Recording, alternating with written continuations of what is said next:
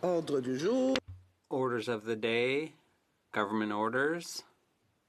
Bills comments, resuming consideration at second reading of Bill C-5, an act to amend the Bills of Exchange Act, the Interpretation Act, and the Canada Labor Code, National Day for Truth and Reconciliation. Yes, the Honourable Parliamentary Secretary to the Leader of the Government in the House. Yes, thank you, Madam Speaker, and kind of a continuation from yesterday, I guess. Madam Speaker, you know, virtually since the Leader of the Liberal Party became the Leader of the Liberal Party, one of the strongest senses of commitment that I've seen within the Leader, now Prime Minister, is his sense of commitment towards Indigenous people, wanting to establish that nation-to-nation relationship. And if you take a look at what we have been able to accomplish as a government over the last number of years, I think that we can all share in recognizing the valuable contributions as legislators that members on all sides of the House have made on this very important issue. Members will be very familiar with the calls for action in regards to reconciliation. There's somewhat 94 calls of action asking for governments and others, agencies, to do what they can in terms of move towards reconciliation. The bill that we are debating today and have debated now for a couple of days is just that, Madam Speaker. It's one of the calls for reconciliation, and this is something in which I would encourage all members to seriously consider supporting. I've had the opportunity, and I'm very proud of the area that I represent in Winnipeg North. In Winnipeg North, it's an interesting, diverse makeup of people, Madam Speaker. One of the largest and growing communities is the Indigenous community in Winnipeg North. I estimate it probably somewhere between 18 to 20, maybe 20, as high as 22%. Some areas of the riding a little higher than other. I like to think that going forward as a community in Winnipeg North, that we want and should push and encourage wherever we can reconciliation and take the actions that are necessary to ensure that there is more harmony within our society. We have such a wonderful, diverse community, and for me personally, I think that this bill that we're debating today will go a long way in being helpful. Now, I would suggest to you, Madam Speaker, that it doesn't matter which member of Parliament, whatever area of this country that we represent, that the community as Canada will in fact benefit by the recognition of a statutory holiday. I had taken the initiative, and it's not too often that I do this, Madam Speaker, of actually wanting to quote something from constituents in regards to a specific bill, and I have actually two quotes that I would like to kind of share with members. And these are from constituents, Madam Speaker, of Indigenous background. When I had indicated to them that I would be debating Bill C-5, the need for a statutory holiday, what were their thoughts? And I'd like to share a couple of the comments that I received. This comes from one of the constituents, Madam Speaker. As a parent, we teach our children about the Tooth Fairy and Santa. And as children, they eventually outgrow these make-believe images and beliefs.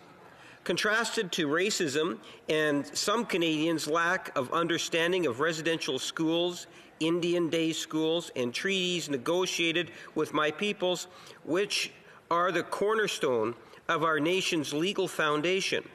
Many Canadian children are growing up with false or make-believe history, which contributes to the latter intolerance we see in hospital beds in Quebec and the Fisherman's Wharf in Nova Scotia. Education is the only solution. Just kind of lost my spot there for a moment, Mr. Speaker, Madam Speaker, and is needed to create understanding. Understanding is the sunlight where racism and falsehoods die. September 30th should be a day where all Canadian people reflect on our true history of the hardships that First Peoples continue to face, and the day focused on culture, language, history, understanding, truth, and united path of reconciliation. Madam Speaker, another, in this case, mother sent me this of Indigenous background. As stated in the TRC report, reconciliation must inspire Indigenous and non-Indigenous peoples to transform Canadian society so that our children and grandchildren can live together in dignity, peace, and prosperity on these lands we now share. Imagine the opportunities for families, individuals, and businesses to grow their understanding and make progress towards reconciliation. To pass this down from one generation to the next. Imagine the events that would be hosted in communities from coast to coast to coast. Reconciliation is every Canadian's responsibility. It is not enough to leave this to certain sectors like education and schools. As a government, as individual, as Canadians, we need to honor the spirit and intent of the call to action number 80. And establish a statutory day of truth and reconciliation in partnership with Indigenous people. Madam Speaker, I actually have a very short quote from her 12-year-old daughter, and I would quote, and her daughter, by the way, had a grandmother that actually went to a residential school, and I quote, "It would be so much better if everyone could participate instead of just having Orange Shirt Day at school." Madam Speaker, the Truth and Reconciliation Commission of Canada conducted an extensive public review in terms of what it is that we needed to do in an era of Canada's history that was really important for us to try to make amends. And the Truth and Reconciliation Commission came up with 94 recommendations. And if you take a look at all 94 recommendations, 76 of those fall under, at least in part, federal responsibility. And what we have seen over the last number of years is a government with the support in many ways from other parties dealing with issues such as language, such as child welfare. We have seen budgetary measures that have been there to support the principles of reconciliation in different forms. The call for action that we're talking about today is number 80.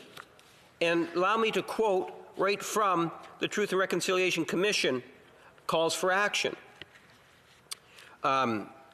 Recommendation 80. We call upon the federal government in collaboration with Aboriginal peoples to establish as a statutory holiday a national day for truth and reconciliation, to honor survivors, their families, and communities, and ensure that public commemoration of the history and legacy of residential schools remains a vital component of the reconciliation process.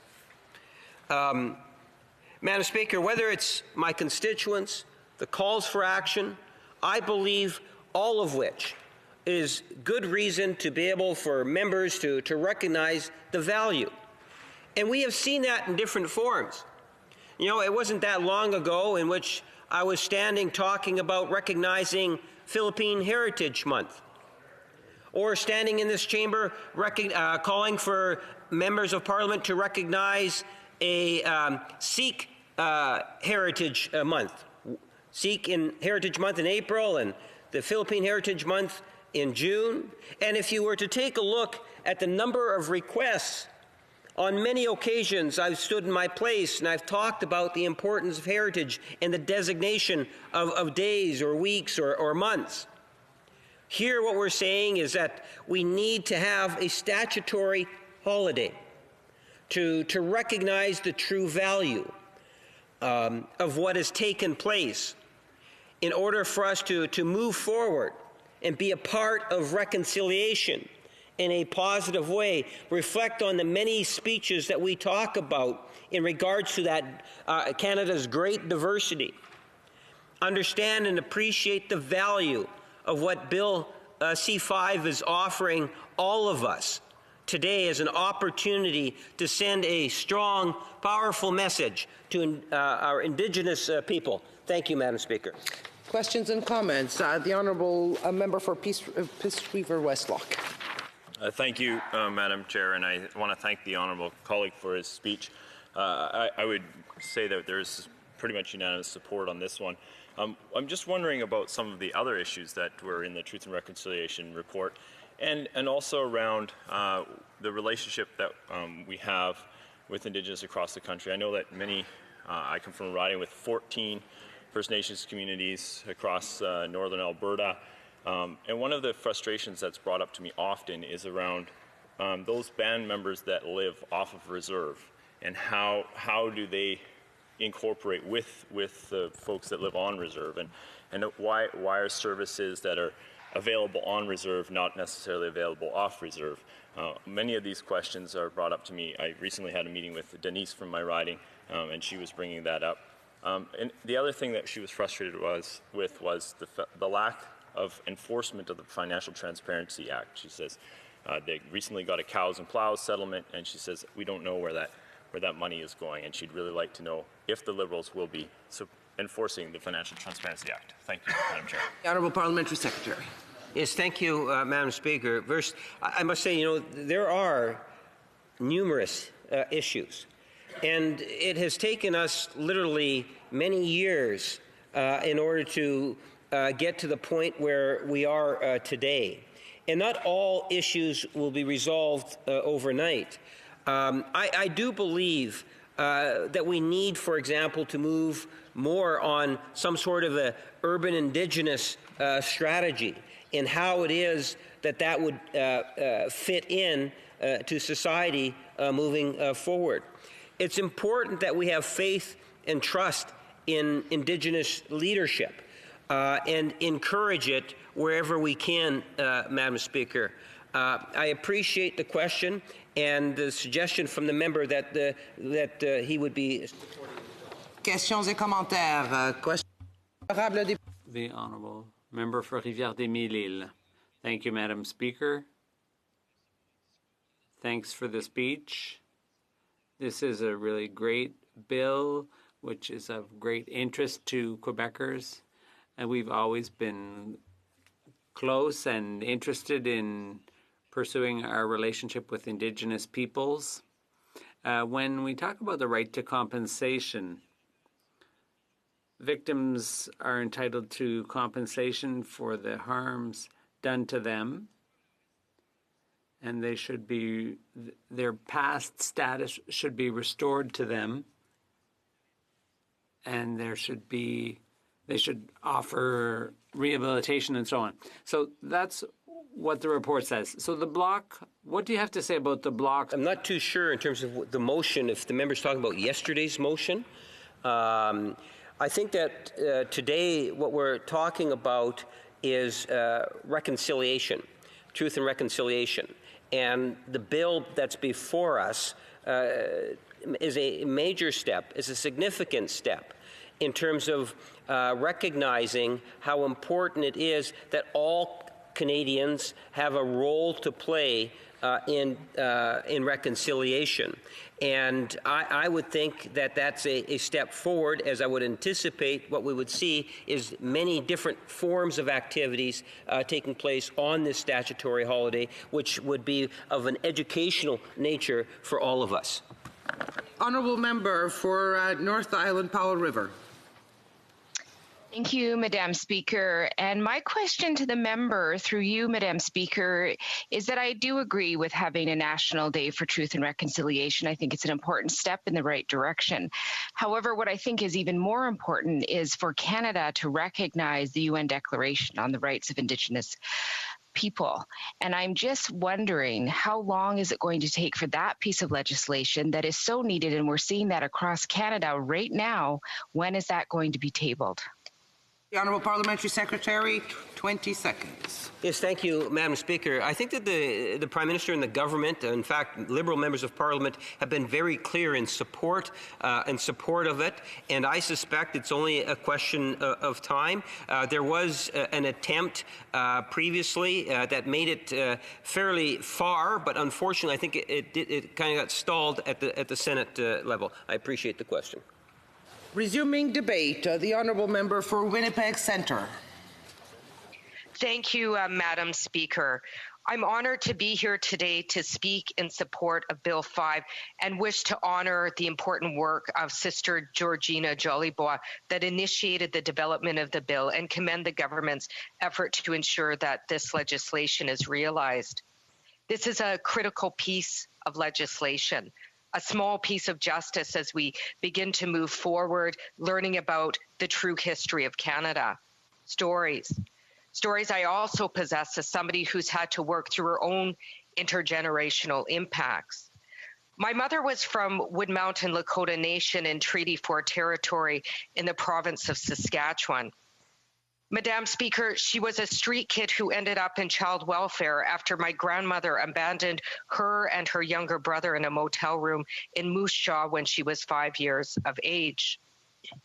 Due to the fact she was the eldest child, my grandmother left her in charge of her younger brother with specific instructions to ration a loaf of bread and a jar of peanut butter and jam for the 5 days she had to leave them in search for money. There were no supports for Indigenous women in the 1930s. There were no social safety nets. There were no human rights. Sexism was rampant and racism was fierce. She had no one to turn to, especially as an Indigenous single mother, and so she left her children. I remember my mother telling me how she, along with my uncle, gleefully ate the loaf of bread, resulting in a complete depletion of their food ration in only one day. Hungry, scared, and alone, my mother decided to contact the Children's Aid Society. At 5 years old, my mother had become so street savvy and, having no other relatives to turn to at the time, contacted the Children's Aid Society. My mother and her brother needed to eat. They were hungry. Madam Speaker, it is beyond most people's imagination, especially those persons who have been privileged with human rights, how a mother could leave her young children in a motel room. It's beyond the minds of many privileged persons to genuinely appreciate what events in my mother's life led her at 5 years of age to understand how to deal with her and her brother's hunger. My mother knew who to call and how to work with the bureaucratic child welfare system to get fed. She had learned to survive just like my grandmother, who had absolutely no resources or supports to assist her. And I'm sure my grandmother's struggle rang so loudly that she couldn't hear the musical and healing reverberations of the jingle dress. The jingles were too faint and muzzled to hear above the noise of the struggle she faced every day. There was no time for healing or inner reflection. She was hungry and alone while the Canadian government willfully perpetrated acts of genocide, making it impossible for her to survive. My grandmother's choice to leave her young children in the room did not stem from a lack of love. Madam Speaker, my grandmother started living on the streets as a child and eventually became an alcoholic in adult life as a way to deal with the violent genocide she experienced as an Indigenous child and then woman. Dislocated from her family for reasons directly impacted by the Indian Act of 1876 and the institutional disruptions to my family, including residential, schools, and the child welfare system, she did not have anyone or anywhere she could turn to.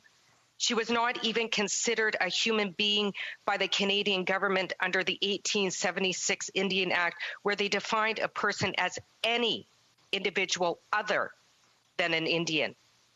This violent colonial history has often been invisible to settler populations due to the masterful way governments have hidden their dirty little secrets of genocide. Madam Speaker, this has supported a level of cognitive dissonance in Canada that has paved the way forward for ongoing human rights violations against Indigenous peoples. So, Madam Speaker, it's not surprising that many Indigenous people suffer from unresolved colonial trauma today and continue to suffer as a result of the willful human rights violations perpetrated by governments. One only has to look at the number of Indigenous children currently in care, more than at the height of residential schools, to see the long-term impacts of violating Indigenous people's fundamental Indigenous human rights has had on Indigenous nations. The contemporary child welfare system, or what I like to refer it to as the dumping ground for society so that they don't have to see the legacy of cultural, social, and family disruption, has resulted from colonization. Understanding the impacts of colonialism in Canada is imperative, Madam Speaker, if we are going to move forward in a manner that honors all persons. Going back in our shared history and reflecting on historical disruptions to better understand why things are the way they are today is imperative. For Canada, it's about exposing truth and working through all the cognitive dissonance that keeps it sick. For families and communities that have experienced genocide, it's about relearning how to be together as a family, a community, and a nation. This is the journey I have had to follow, trying to understand my grandmother's reasons for causing such pain towards my mother, who I love dearly. This has been a very difficult journey for me. Madam Speaker, as a result of my family history, for most of my younger years, I grew up without extended family. In fact, we were so void of family connections that my parents asked a close friend if we could call him Uncle Larry. He was not a biological uncle. However, they wanted us to experience having family outside of our own immediate unit. I remember how excited I was to meet Uncle Larry. Madam Speaker, it was my first time ever being able to call somebody uncle. And I remember talking about my uncle, Larry, to my friends. Finally, I was able to participate in playground conversations about weekend family engagements with extended family members. I was not close to Larry. In fact, if I saw him today, I wouldn't even know what he looked like. I don't even remember what his last name was, but our relationship made me feel normal. I was pretty much without extended relations until my mother's side of the family had a reunion when I was 13 years old, and I was reunited with my aunts, uncles, and cousins who had been separated by child welfare. Madam Speaker, it felt like I had known my relatives my whole life. Our instant closeness, which flowed through our blood members, shared stories of resistance, struggle, survival, hope, pride in our ancestors. We are the descendants of Sitting Bull, Madam Speaker, one of the most revered leaders in North America.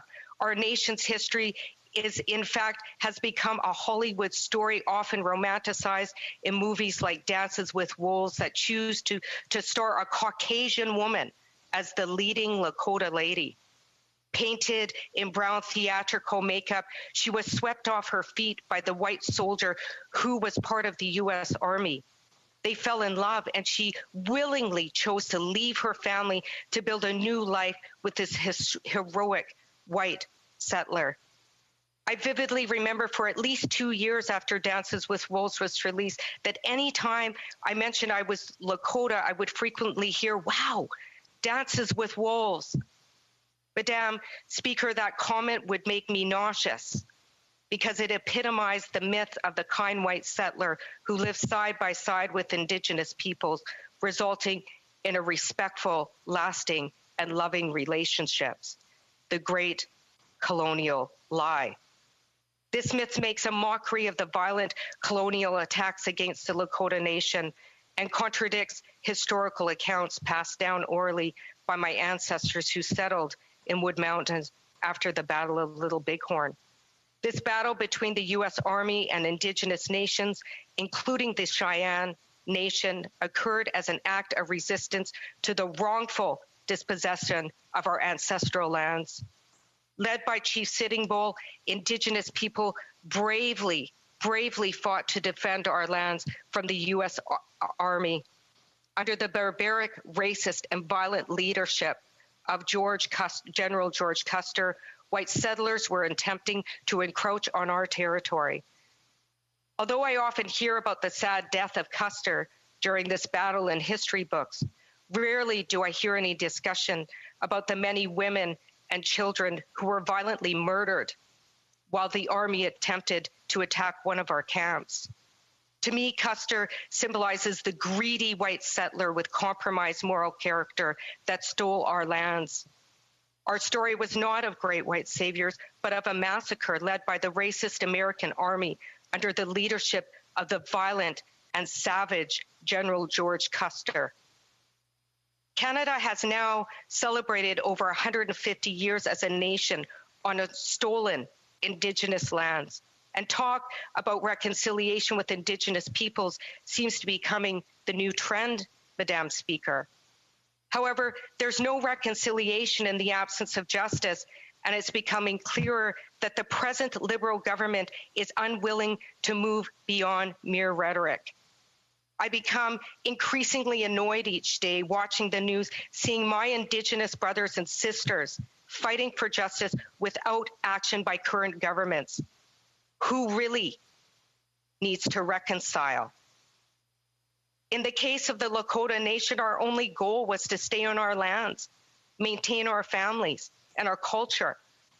We did what any community would do if a group of people came onto your lands, forcing you to move without cause. Of course, your first course of action would be to defend your lands. Moreover, if the same party continued to willfully violate your human rights, tensions would continue to rise, resulting in a need to take actions. This is exactly what we did. The experience of my beautiful Lakota Nation was violent, exploitive, and marked by grotesque violence against our women and girls by our colonizers. Great leaders such as Crazy Horse and Sitting Bull, our women and girls, our children, our grandmothers, and our grandfathers were murdered or forced to flee our ancestral land to make room for the settlers. We were forced off the very lands we had lived off since time immemorial, and our beautiful way of life was disrupted by violent colonialism. And it's not over. In Canada, governments continue to violate our ways of life with willful and violent acts with almost a complete disregard for our fundamental Indigenous human rights. And this was the kind of violent colonialism my grandmother experienced throughout her lifetime. Madam Speaker, she was born into colonial violence and as a result never lived a life where she was honored as a life giver and a human being. And unlike the main character of Dances with Wolves, she couldn't wash the brown off her skin and enjoy all the privileges that one's pigment offers. She had to endure the violent racism that was perpetrated against her every day. You know, Madam Speaker, in spite of all her barriers, she survived. And it may not have been a story of My Fair Lady, but she survived. And that doesn't speak of her weakness, but to her resilience as an Indigenous woman, finding her way through daily human rights violations. My grandmother was a human being, deserving to be loved and to experience joy. This was made impossible through the insidious violence and racism enacted by the Indian Act of 1876. She did not have many choices. You see, Madam Speaker, when you strip a person of the basic necessities they require to have joy, such as housing, food, and safety, growing into a whole person becomes difficult. This was also true for my grandmother, whose life journey was defined by the systemic impoverishment of Indigenous people that began with the dispossession of our lands. Based on justifications rooted in the doctrine of discovery, they deny our right to self-determination and continue to willfully violate our fundamental Indigenous human rights. It's exactly that belief enforced through colonial policies and legislation that left my grandmother homeless. I only met my grandmother twice, Madam Speaker. The last time was when my mother welcomed her to stay in our home prior to a lung operation that would end her life. My mother, in spite of being abandoned in a hotel room, took her mother home. She shared love, compassion, laughter, and care with my grandmother in her final days of her life, in spite of her own struggles that resulted as a child in care. My mother's kindness came from a place of non-judgment, a place of love, and a place of compassion. I remember asking my mom how she could take my grandmother into her home and asking my mom how she could take my grandmother into her home when she had abandoned her as a child. And she responded by saying, "Leah, my mother was pretty much on her own when she was 12. She was completely alone in the world. She had no rights. She had no way to support herself. There were no social safety nets at the time. She did the very best she could with the tools she had at the time." Madam Speaker, that was the most powerful teaching of forgiveness that I have ever heard in my life. As I sit here and think of my grandmother, the very thought of the isolation she must have felt brings me to tears. How sad that due to racist, paternalistic, and misogynistic policies, my grandmother was never given an equal chance to have joy. Instead, her life consisted of finding ways to survive the obstacles of human rights violations that continue to be enforced under the Indian Act and within Canadian policies. My mother deeply understood the realities of my grandmother faced. Madam Speaker, and instead of becoming resentful, she focused on the love her mother demonstrated while she was pregnant with her. Although my grandmother was an alcoholic, she sacrificed her addiction to alcohol to support a healthy pregnancy with my mom. I remember my mom sharing, in spite of the fact that your grandmother was an alcoholic, she abstained from alcohol while she was pregnant with me, gifting me with all the physical tools I needed in life to succeed. It is for that reason that I will always love her. My mother understood that as a result of colonizations, relationships became messy and that ethical decisions extended beyond an individual's choices because injustice left individuals without choices. I often wonder if people could physically see what a heart looks like when it's been broken or wounded. Maybe it would encourage them to be a little bit kinder, a little more gentle, a little less judgmental, a little more loving, a little less hurtful.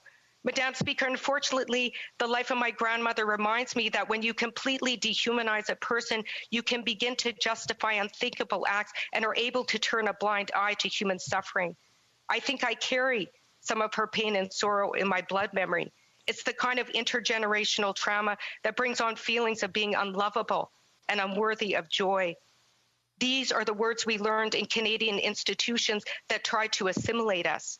I still hear those voices in my mind and heart at times, but I have found ways to overpower those voices. It is the resiliency I inherited from my ancestors, the kind of resiliency that emulated through my mother's spirit. And unlike the trauma that overtook my grandmother's life, Madam Speaker, my mother managed to overcome great obstacles. She became a statistical miracle, and because of that, I was afforded the good life. Can you imagine living through the trials and tribulation that my mother did and make it out sane? This was in spite of the genocide and the gross human rights violations she experienced early on in life. She was one of the first Indigenous psychiatric nurses in Saskatchewan, award-winning researcher, a scholar, and a social justice warrior who assisted in changing child welfare legislation to support former children in care and rights for persons experiencing mental health issues. My mother was a woman of beauty and grace. I honor my mother and grandmother today. It's a day, one day of remembrance, one day to honor. We need that day, as do thousands and thousands of Canadians who are open to learning about Canada's true and consistently evolving history and our relationship with Indigenous peoples. There is no reconciliation in the absence of justice. So I'm here to state loudly, honor this little piece of justice. Thank you. Questions and comments? Questions et commentaires? The Honourable Parliamentary Secretary. I have often said one of the great honors of being a parliamentarian is to hear speeches like that in this House. And while we have to do it virtually during COVID, I want to thank the member opposite for reminding us of the shameful and troubling history that we inherit in this country, but the important and critical work we have to do going forward.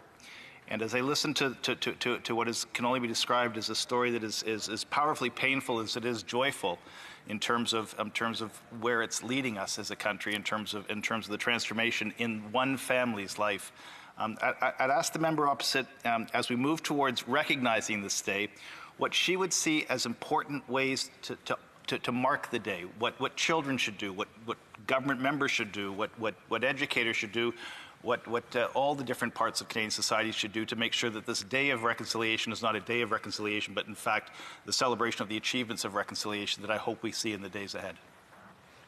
For Winnipeg Centre.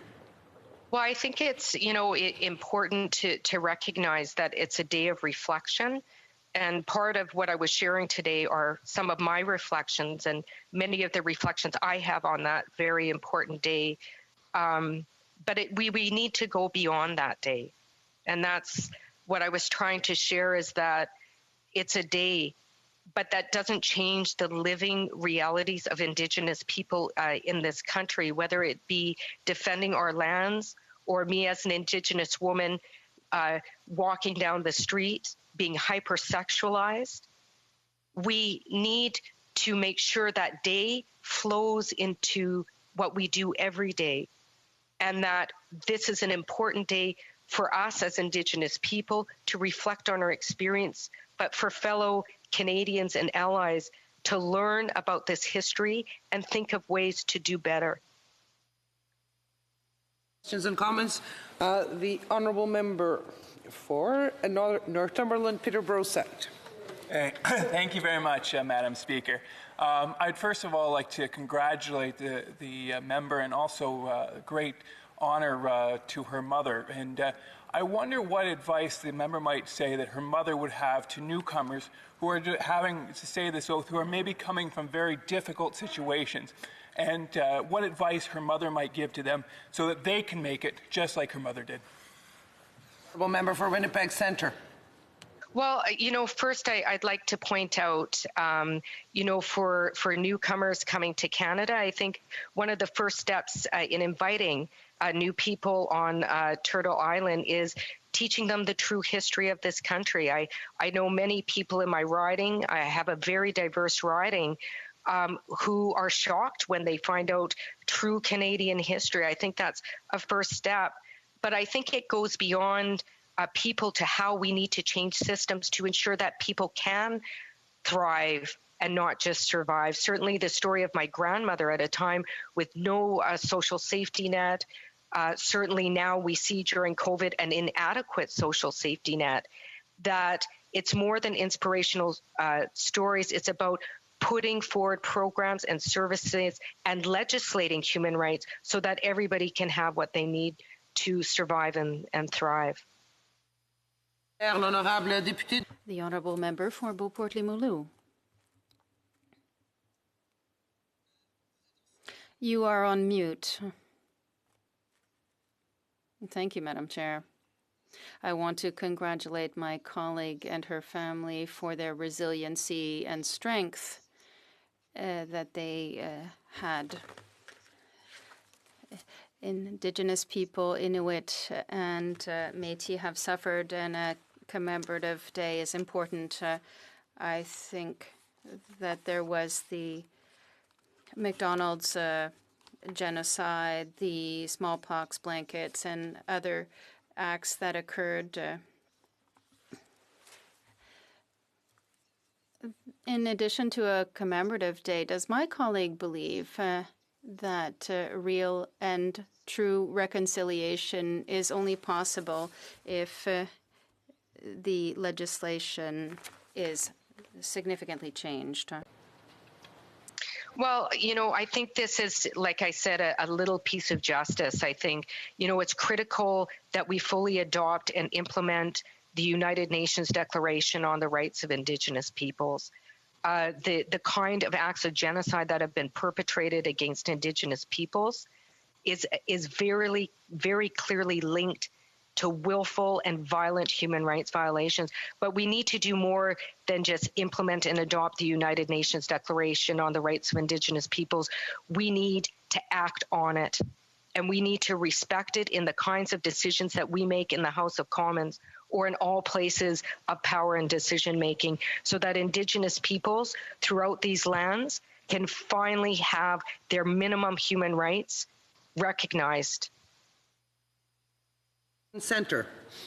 Thank you very much, Madam Speaker. I felt very compelled today to rise and just share what deep honor and privilege it is to serve beside the honourable member of Winnipeg Centre. Her existence in this space is an act of resistance, and I know in her sharing today, she talked about the importance of land and the importance of every child becoming an adult and working through their traumas. And I'm wondering through you, Madam Speaker, if the honourable member could expound on the connection between the dispossession of land and the apprehension of children as it relates to her experience and experience of Indigenous peoples from Turtle Island all the way to Palestine. Honourable member for Winnipeg Centre. Thank you so much to my honorable colleague. Culture is rooted in land. And when they dispossessed us of our lands, they dispossessed us of our power. That's where language comes from. That's where teachings come from. And if you look at what's happening across the country right now, and Indigenous people rising to defend their lands, that's our lifeblood. That's all we have left, are these small parcels of land, less than 1% of the total landmass in this country. Yet governments continue to infringe on our human rights and violently take us off our lands and try and still maintaining this neo-colonial project to try and integrate us. We just want to be on our lands. We want to stay on the very little bit of land, less than 1% of the total Canadian landmass right now, so that we can live our way of life and our culture, and we can pass these teachings down to our future generations. So when you dispossess people of their lands, you dispossess them of their identity and culture. And that's what you're seeing around the country. What anybody would do if somebody came onto your lands without cause and just took you out to push forward a political and economic agenda. We need to stop that. And I'm Ladysmith.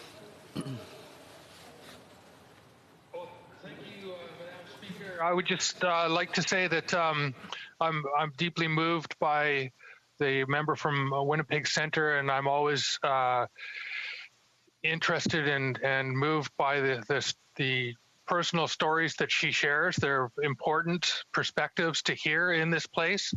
And I would like to ask her, I hear from Indigenous people in my own riding that reconciliation is dead, or reconciliation is just a word, and what would she see as the priorities from the Truth and Reconciliation Commission recommendations that we move on next? It's important to have this day and recognize this day and commemorate, but what are those things that she would like to see us move on next as a parliament? The honourable member for Winnipeg Centre. Yes, thank you, Madam Speaker. Again, this is a little piece of justice, but I think it's important to remind that these were calls to action. These were not calls to discussion. The Truth and Reconciliation laid out 94 calls to action, very clear. And we have to go beyond discussion and flowery words about, forming relationships. You develop relationships, respectful relationships through action. And I think if we're really serious in this country about reconciliation, then we have to fundamentally change the way we do things. And it must be rooted in human rights, the kind of human rights that are articulated through the United Nations Declaration on the Rights of Indigenous Peoples. And I think that's where the frustration comes from, because on one hand, we hear talks of reconciliation, and then when we look in the news, we continue to see. We have to resume debate. Apologies, but we have to resume debate. The Honourable Parliamentary Secretary to the Minister of Canadian Heritage. Thank you, Madam Speaker. And I would like to begin today by acknowledging that we are speaking in this place about this bill on the unceded territory of the Algonquin Anishinaabe Nation, and this continues to be home to many First Nations, Métis, and Inuit people. And we hear land acknowledgements a fair bit these days when we go to different events and the like. I think it's very important that we treat it not as a check mark as we continue on and talk about issues, but very much as we're talking about a National Day of Truth and Reconciliation, that we take that opportunity to learn the history of the lands we're on. And that I very much last night, even as I was preparing for today, I took some time to learn more about the history of this region. And that's an important part of what this bill can be going forward, because we're talking about a day, but it's actually more than just a day.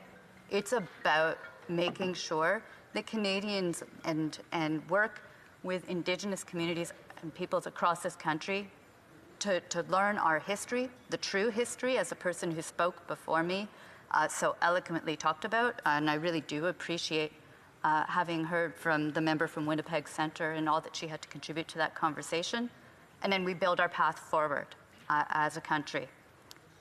This bill will create a National Day of Truth and Reconciliation. It will be a federal statutory holiday on September 30th. And creating this day responds to call to action number 80 of the Truth and Reconciliation Calls to Action. And we have a commitment to respond to all the calls to action that fall within the federal space. And this one is one step forward. It has its roots, though, in a private member's bill that was brought by a former member of this place, Georgina Jolibois. And I really want to thank her for all of the work that she did to bring this forward, because the work that we did on her bill in committee in the last Parliament set the base for where we are now. I had the honor to be the chair of the committee and that studied this bill and her bill. And it was a great starting place for a lot of learning. And I would like to point out, Madam Speaker, because I forgot to mention it in advance, that I'll be sharing my time with a member for Mount Royal, who will also have much to say about this bill. I am hoping that we can build on all of the work that we did in committee so that we can take that as a starting place as we study this bill when it goes to committee once again and move quickly together. And I have a sense from everything that I have heard from this place in the debate that we're in a good place to get there, and that we will be able to move quickly to make sure that this is something that we can celebrate and commemorate on September 30th of 2021. I would also like to thank all of the witnesses who came to committee and shared their knowledge, because as we heard from the member of Bow River, who had also served on that committee in the last Parliament with me, it was a place for tremendous learning for him, he had mentioned for himself, also for myself and for the other members of the committee. And it's worth thanking people who took the time to inform us in that way. Why I think this bill is particularly important as one step forward on the path to reconciliation is it creates a pause, a chance for us to educate, to remember, commemorate, and to think about where we want to move forward. When I think back, when I was in high school, residential schools were still open. In fact, most of the way through my law school time, residential schools were still open. And yet, I never learned about them. We never talked about them. We talked and learned so little about Indigenous history, Indigenous leaders, and that is something that it was a loss, a tremendous loss, and we need to do better. We need to make sure that we take this opportunity so that that essential learning is there and is recognized, and that we take that time. I listened to the member from Caribou Prince George speak about how he grew up in his hometown, just down the street from the residential school that's actually at the heart of Orange Shirt Day. And he didn't know. He didn't know about that residential school. He didn't know what was happening. He talked about his process in learning, to learn more about that now.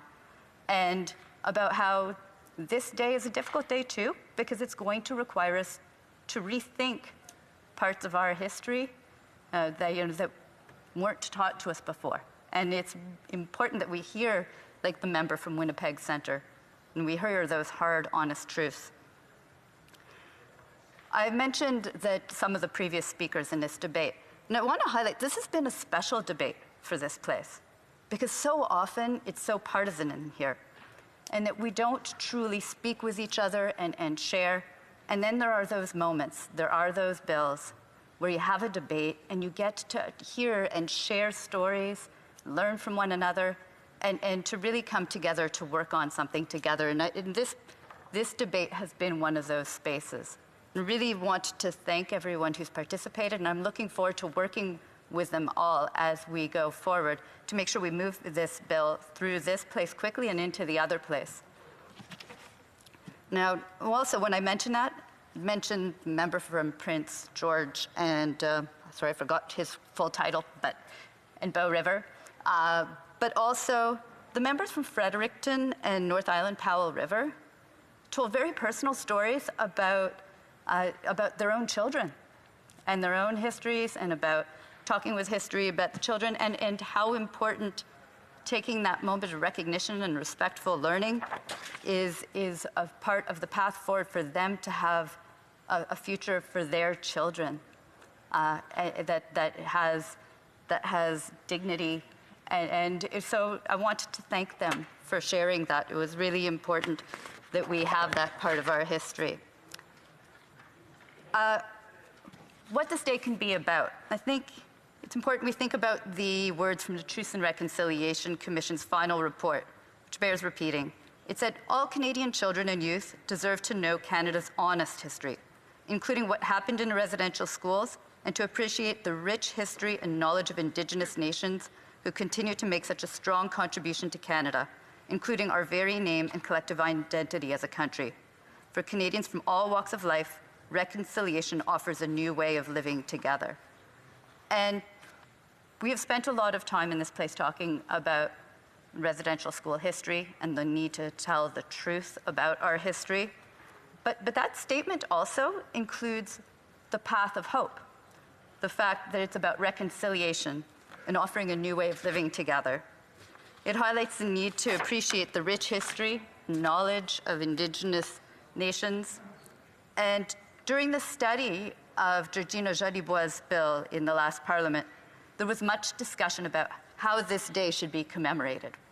And on that point, I found the words of the president of the ITK, Natan Obed, to go to the heart of some of this conversation. He said, it would be in our position much better for the day to be positive and forward-looking than to be a remembrance day of sorts for certain grievances in the past, although history will be, of course, a part of the overarching conversation. I know there are direct links between the Truth and Reconciliation Commission's calls to action and this particular piece of legislation. I don't want to lose those entirely, but I do want Canadians and First Nation, Inuit and Métis to have the ability to talk about the positive and great strengths that we bring to Canadian society and the great leaders we have in our communities, and the visions we have for the future as Canadians, but also as Indigenous peoples exercising our right to self-determination. It highlights the need that as we talk about our history, we also remember to learn more about strong Indigenous leaders and contributions in this country. Now, I know that we do not have much more time, Madam Speaker, for me to speak. So I would like to just briefly say why September 30th is important. And that has been an issue that has come up at times in the past. September 30th is an important date because September was seen, as was told by Phyllis Webster, as a crying month. And that date is a time when kids are back in school. It's an opportunity for teachers to be able to speak with their students about these issues. And at the committee, some people had suggested perhaps we should look at appropriating another date, for example, even Remembrance Day. That isn't the right way to go. And so far in this place, the debate that I have heard has centered very much on the idea that we should move forward with the date that was chosen. I'm really looking forward to working with members from all across this place to make sure that we can move quickly to make this day a reality. Thank you, Madam Speaker. Comments, 2 minutes. The honourable member for North Island Powell River. Well, thank you, Madam Speaker, and I want to thank the member for recognizing my speech last week. One of the questions that I have for her is she talked a lot about sharing stories, and I just want to acknowledge that when we look at this day, what we're asking is for Indigenous people to share stories that are intimate, painful, and often because of their lived experience. So I'm wondering, how do we create a safer environment where we're not asking Indigenous people to bleed to educate non-Indigenous people? The Honourable Parliamentary Secretary. I would like to thank the member for that question because it's very important. I think we need to take direction from Indigenous people as to how best to approach this because absolutely the burden should not be placed on them to retell this honest and difficult history. It has to be something that we work with together. We need to work together to find the appropriate way to commemorate and to respectfully tell this story, a way that does not push down Indigenous voices while we're trying to create a safe space, one that actually empowers those voices and the sharing of those stories, and at the same time very much acknowledges that this should not be an extra burden that we are adding to Indigenous people. I actually think that we need to very much take our cues from Indigenous people in our country as to how best to approach it. And I think that should be an important part of our discussions as to how we will be commemorating. We will have 3 minutes and 30 seconds after oral questions for questions. Nous allons maintenant aux déclarations des députés. Le secrétaire parlementaire. The Parliamentary Secretary to the Minister of National Revenue. The month of November will mark the 10th anniversary of Financial Literacy Month, with this year's focus aimed to help Canadians learn how to manage their finances in challenging times.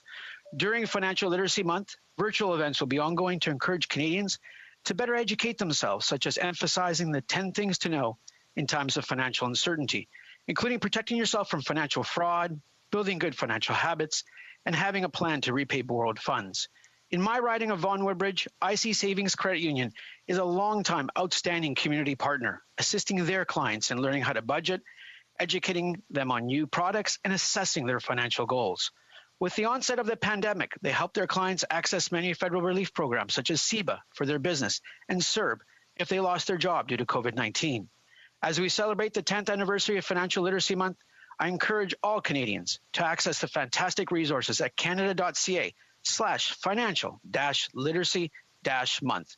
Thank you, Madam Speaker. The Honourable Member for Central Okanagan, Similkameen Nicola. Madam Speaker, last week a truly remarkable thing occurred. For the first time in roughly 50 years, sockeye salmon returned to Okanagan Lake. In the 1950s and 60s, flood control work that included dams, the channeling of rivers, and other irrigation water system-related infrastructure destroyed the natural salmon habitat. It has taken over a decade of hard work from the Okanagan Nation Alliance to rebuild and restore this precious river system so it can again be navigated by sockeye salmon. These are very important first steps to restoring Indigenous fisheries in our region.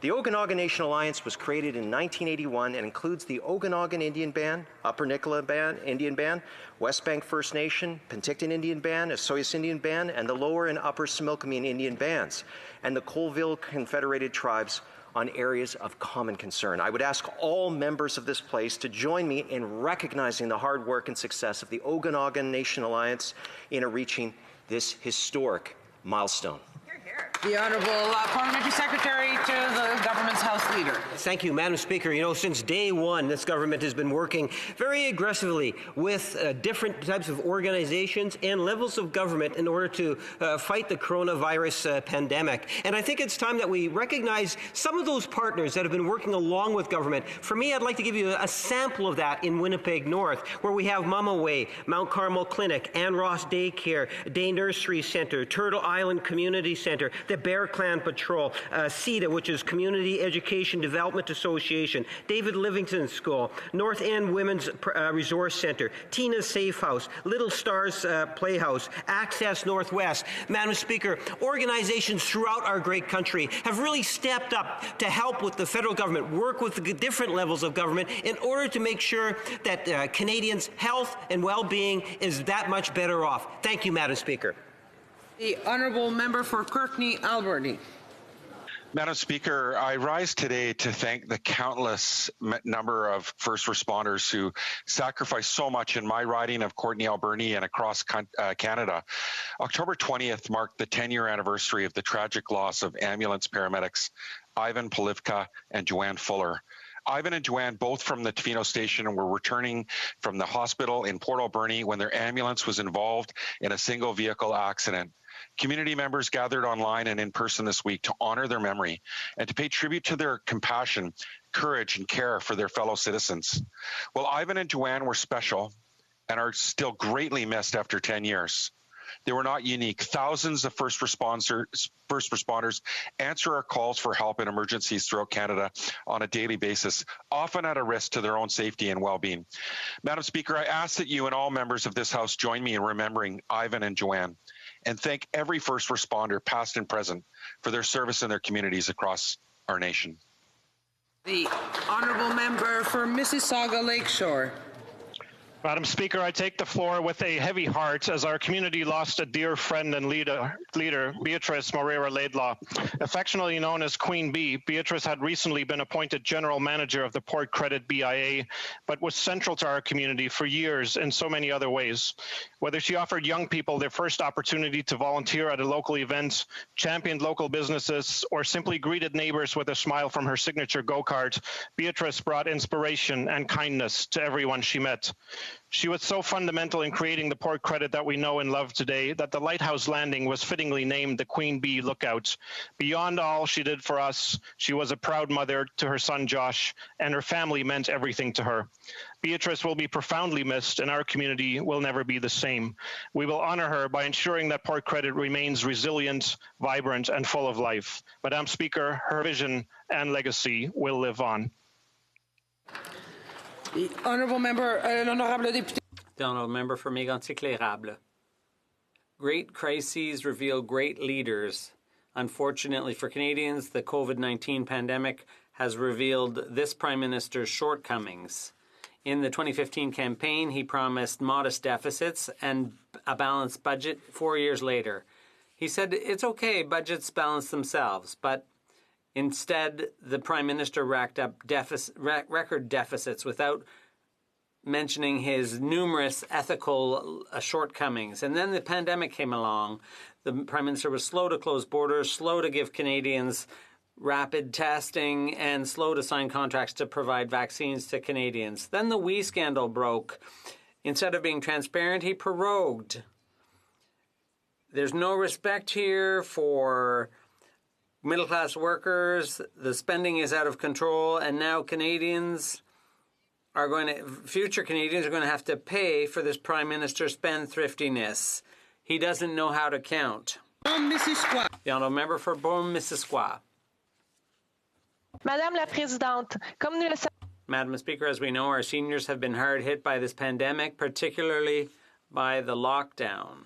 Speaking to some seniors in Beaume-Missisquoi, I discovered that for many of them, the isolation and loneliness have had as real an impact as the virus. Given that, the use of digital devices has taken new meaning in order to remain in contact with friends and family. So in the past few weeks, I've been delighted to be able to give many seniors in Bedford and Stanbridge East new tablets And thanks to those tablets, some of them are able to participate virtually in their favorite activities and keep in contact with their loved ones. This project was made possible through the Nouveaux Horizons pour les Aînés program, which is bringing precious support to many organizations. And I'd like to thank all those who participated in the program in 2020. And through programs like this, we will get through the crisis. In inclusion and youth, and to the Minister of Canadian Heritage. Madam Speaker, the Salvation Army Kai community that serves families in Milton believes in supporting those who need it most. This pandemic has affected families across Canada. When parents were worrying about putting food on the table or affording diapers and formula, our Salvation Army doubled their efforts to get families in Milton the help that they need. It wasn't always easy. In the early months of the pandemic, collecting donations and raising funds was really challenging.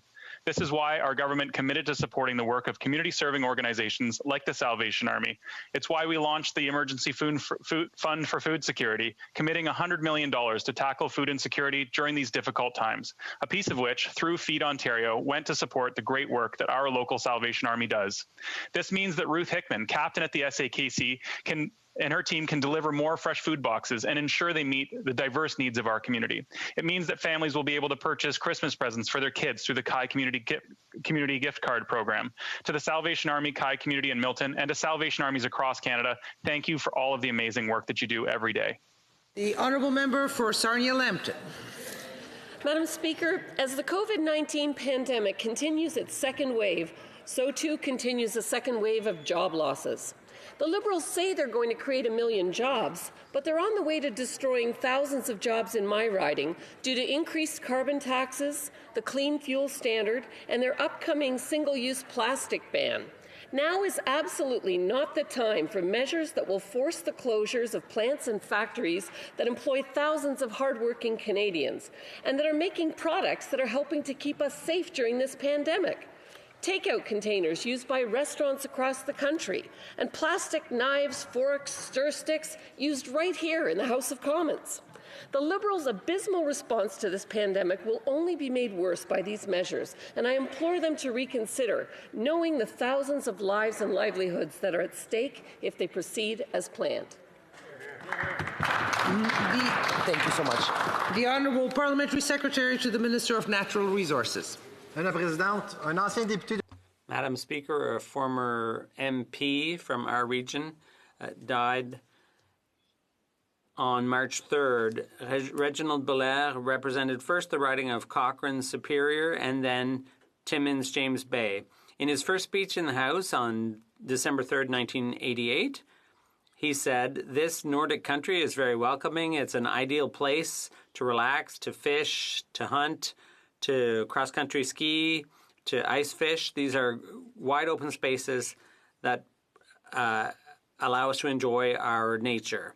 And that's as true today as it was then. In 2004, as Vice President of the Deputy Speaker, of the House of Commons, Reg said, "I would ask you to be generous toward one another and cooperate a bit in order to maintain decorum in the House." Wise advice. Reg left a painful void in his family, his wife Joanne and his two daughters Annie and Julie. Goodbye, Reg. Thank you for serving Canada. The Honourable Member for Edmonton Mill Woods. Madam Speaker, yesterday the Deputy Prime Minister provided the closest thing to a fiscal update that Canadians have seen in over a year. Instead of announcing on anything resembling a plan on getting our economy back on track, she was content on hammering home the same Liberal message as always: more spending. Canadians are left wondering what their return on investment is going to be. Canada's unemployment rate is the highest in the G7, with nearly 12% in Alberta. Millions of Canadians are still out of work. Businesses across Canada are on the brink of bankruptcy. Canadians need a plan to deal with this pandemic and improve the economy. For Alberta, there are energy projects awaiting this government's approval that would bring thousands of jobs to an industry that the Liberals have decimated in the last 5 years. We need results-based plan. We need a government focused on jobs. We need a government that cuts red tape to help businesses grow their business instead of punishing them with barriers. Honourable Member for Battle Fords Lloydminster. Thank you, Madam Speaker. This self-proclaimed feminist Prime Minister talks a lot about applying a gender lens to every policy decision. The reality is a quick application reveals that his failure to prioritize rapid tests is failing women. Women make up the majority of residents in long-term care and the vast majority of staff. These care homes have been the epicenter of this pandemic. Experts have been clear that access to rapid testing is key to mitigating outbreaks and fatalities in long-term care. We are now well into the second wave, with numbers surging. Yet our highly vulnerable senior population still has no readily available access to rapid testing. In fact, Canada is months behind other countries when it comes to procuring and approving rapid tests. Madam Speaker, women living and working in long-term care don't need feminist lip service. They need immediate supports to ensure their health and their safety. Thank you. Member for London Fanshawe. Madam Speaker, I rise today to highlight the incredible work being done in my riding by Fanshawe College's Centre for Research and Innovation. Dr. Abdullah Mahbub and his team have worked on a research project which involves custom-made peptide inhibitors that can halt the spread of the coronavirus within affected patients. Like many viruses, COVID-19 has mutations which increase its resistance to treatments. Fanshawe's team's technology is a non-infectious replicon of the virus that can be easily modified to test the effectiveness of new treatments against COVID-19 and other viral outbreaks in the future. And this technology is faster and safer than ever before. The applied research and high quality of work produced at our Canadian College research centres sometimes goes unnoticed by the government. Dr. Mahbub and his team are now ready to take this development beyond a college lab and need help to make it more accessible to treatment testing centres around the world. I call on everyone to share this development and help spread the word of this talented team. We are extremely proud. The Honourable Member for St. John. Madam Speaker, 25 years ago, Quebec came within a hair's breadth of choosing to become an independent country in the 1995 referendum. It won't take another 25 years before Quebecers make the choice, the necessary choice, to take full control of their destiny. Let's seize the opportunity to point out that our adversaries would like to see this idea die, whether it's the very idea of independence, which continues to inspire 1/3 of young people, or the idea of political vehicles like the Bloc Québécois that many would like to see go away. Let's seize the opportunity to start talking about Quebec's future again. Quebec that would be rich through its green, innovative economy in the regions, a generation that's ready to hear about this vision for the first time. Let's seize the opportunity to promote and defend our language, our culture, and identity, which all too often still today run up against Canadian culture. And that is the fact. It won't take another 25 years. Images of deformed, warty, greenish women, and I'm of course referring to modern imagery of witches. Throughout the course of history, women have been burned at the stake and tortured for being witches. In reality, they were herbalists, midwives, or just too independent for the patriarchy's liking. I'm sure after being shut away, beaten, and left to sit in their own filth, these women did look misshapen and purple and green with the marks of violence. Today, we might not literally burn women at the stake, but we still don't believe them when they're abused. We still punish them when they speak truth to power, shout out to the member for Vancouver-Granville, and tacitly shun women who own and use the power that is innate to all of us. So on the occasion of this rare blue moon Samhain, let us push aside those who cause us to doubt our magic and celebrate those who with humility and strength manifest great things for the world. To all the witches out there, keep rocking it, blessed Samhain, and happy Halloween. The Honourable Member for Richmond Hill. Thank you, Madam Speaker. I'm pleased to stand in this House today to speak on the cause that's very close to my heart. On November 1st, we begin the annual Movember campaign to spread the awareness on men's health, specifically related to prostate and testicle cancer, men's mental health, and suicide prevention. The issue affects us all. In Canada, 75% of people who die by suicide are men, and 1 in 10 men will suffer from serious depression in their lifetime. Seeking help is a sign of strength, and having open conversation is critical. The mental health of young men need more attention, and I applaud good work that organizations like Home on the Hill, Craftsman Center, and CCSR are doing in my riding of Richmond Hill to increase awareness. I invite all my colleagues to take part in Movember. I challenge my mayor colleagues to grow a mo and save a bro. And if you cannot grow a mo, spread awareness, share resources, and continue the conversation on. Questions orales, oral questions. The honourable member for Wellington Halton Hills.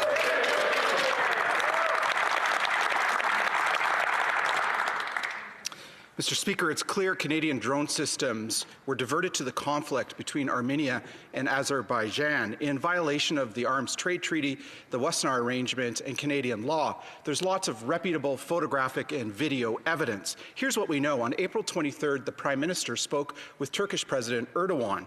In that conversation, did he agree to President Erdogan's request to approve the export of these drone systems from Canada to Turkey? Yes or no? The Honourable Minister. Thank you, Madam Speaker. As I think everyone in the House knows, our government is committed to a strong and rigorous arms export system. That is why we acceded to the Arms Trade Treaty. Human rights considerations are now at the center of our exports regime.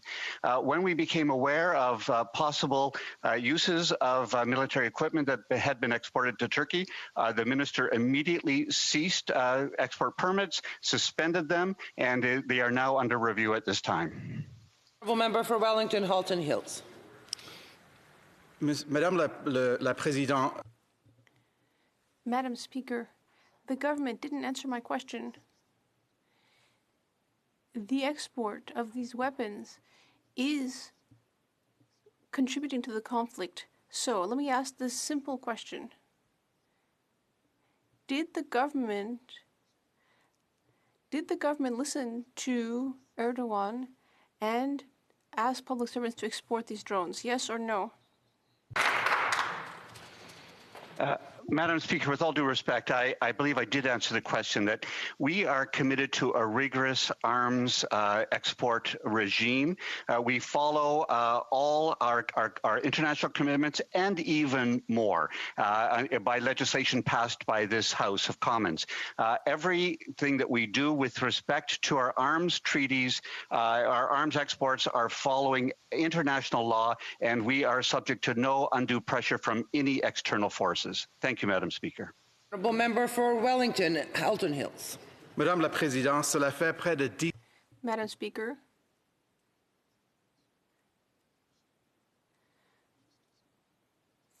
for nearly 10 months, the victims of the downing of the Ukrainian flight have been asking for answers. When will the government take action and sanction those responsible? And listen to the democratic will of this House and impose sanctions on the Iranian regime. The Honourable Parliamentary Secretary. The Honourable the Honourable Ministre. Yeah, thank you very much, Madam Speaker. And I want to acknowledge to the member opposite and to this House that we are very concerned with the activities of various hostile state actors as it pertains to their activities around human rights and their impact on Canadians. We are vigorously reviewing constantly the criminal legislation that allows for the listing of certain organizations. And with respect to the particular regime he refers to, we have in fact listed a number of their proxies as terrorist organizations. We'll continue to act in the best interest of the safety of Canadians. The Honourable member for Wellington Halton Hills.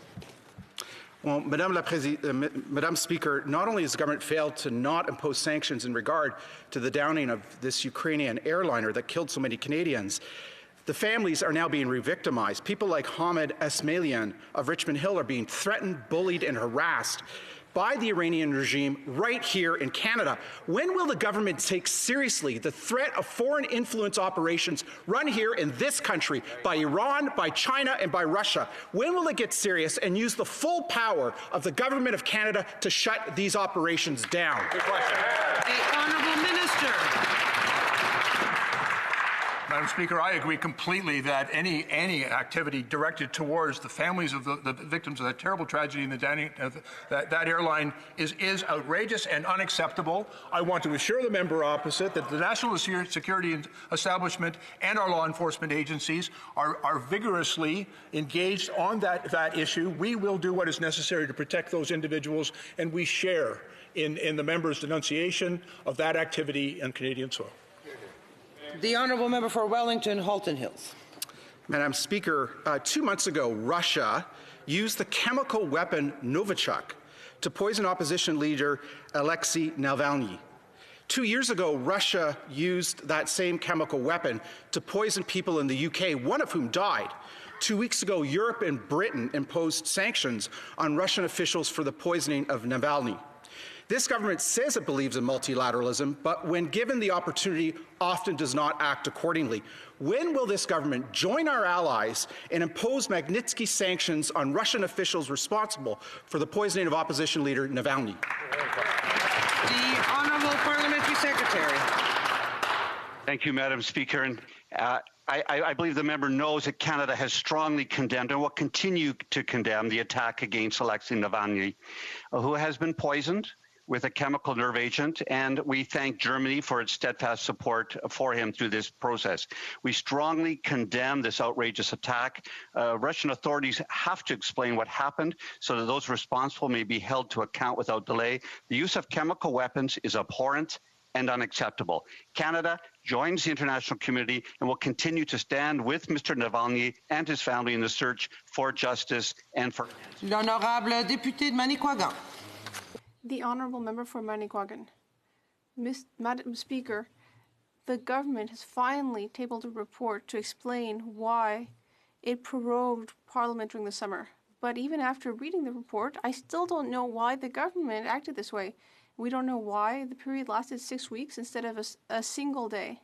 If it was really just to reimagine Parliament's business to the pandemic, and we don't know why it took 6 weeks to create a throne speech that was practically the same as the last budget.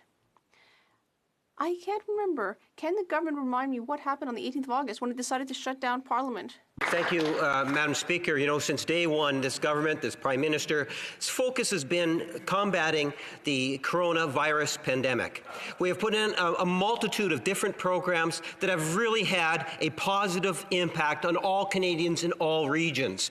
We prorogued the session because it was very important that all of us remain focused and work collaboratively on doing what Canadians want us to do, and that is to put in our best efforts in fighting the coronavirus. Thank you, Madam Speaker. Honorable député de Manicouagan. The honourable member. Madam Speaker, when things are urgent, you don't take 6 weeks, you take 24 hours. That's it. The problem with the report is that there are two missing words in it: we charity. The Liberals forgot to say that it was very convenient to suspend the work of 4 committees that were investigating the Liberal scandal. They forgot to explain that what they wanted was to gain 6 weeks in which we wouldn't hear about We Charity. And once again, the government is trying to bog down committees that are investigating the scandal. Why isn't the government honest enough to admit that it suspended Parliament because of We Charity? Madam Speaker, the House of Commons, for the first time since 1988, sat during July and August. We actually sat more days in the summertime than we actually lost through the prorogation. Now, I know members of the opposition might say, well, technically we didn't sit as a House of Commons, but we all sat on the floor of the House of Commons. There were literally hundreds of questions, opportunities for all opposition party to hold the government to account. So the reality of it, Madam Speaker, is we will continue to be focused on combating the coronavirus. Thank you, Madam Speaker. The honourable member for Victoria.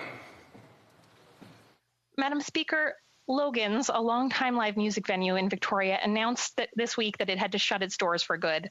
Logan's was a beloved watering hole where people came together to talk politics, listen to live music, and go to the Sunday hootenanny. I have heard from countless small businesses just like Logan's who are struggling to stay open, and Victoria is facing the impending loss of many of the places that make our community what it is.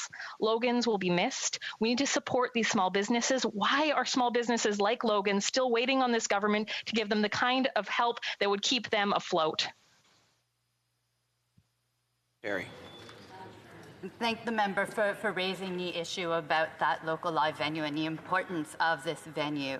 By their ongoing compliance with public health guidelines, Canada's theatres, live venues have been doing their part to keep Canadians safe from the pandemic, but these cancellations have had an impact on the businesses. We recognize the importance of ensuring the viability and that we have a strong, robust industry. And we have committed through emergency funds $500 million to help maintain jobs and support this business community. We will continue to be there and continue to work for a robust recovery, Madam Speaker. The honourable member for Vancouver Kingsway. Madam Speaker, Canada had a severe housing crisis before the outbreak of COVID-19, but due to the severe economic impacts of the pandemic, many more Canadians are at risk of losing their homes. They need their federal government to help.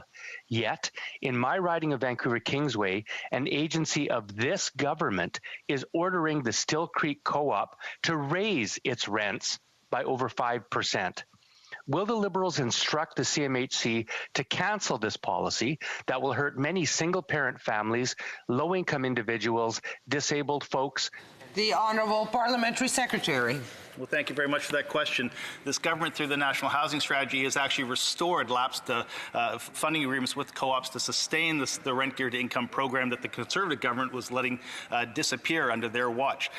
The individual in question, the co-op in question, I'd be happy to sit with the member to review what CMHC has done around re-establishing those subsidies. But in response to COVID, this government has now taken the unprecedented step of launching the Rapid Housing Initiative, a $1 billion initiative to acquire and renovate and provide emergency housing immediately for cities across this country, and we look forward to continuing to work with the Parliament to achieve on this file. Honorable député de Louis Saint Laurent. The honourable member for Louis Saint Laurent. Thank you very much, Madam Speaker. Unfortunately, Canada is the country in the G7 with the highest unemployment rate. And Canada is the only country in the G7 without an economic recovery plan. Unfortunately, Canada's government doesn't seem to know what to do with the public account. There is no budget, no fiscal update. And the Prime Minister said this week that there was no spending anchor. We already thought that was the case, but now he said so openly. Can the government inform Canadians whether it knows that when we spend without any restrictions, it's future generations that are going to pay the bill? The Honourable Minister.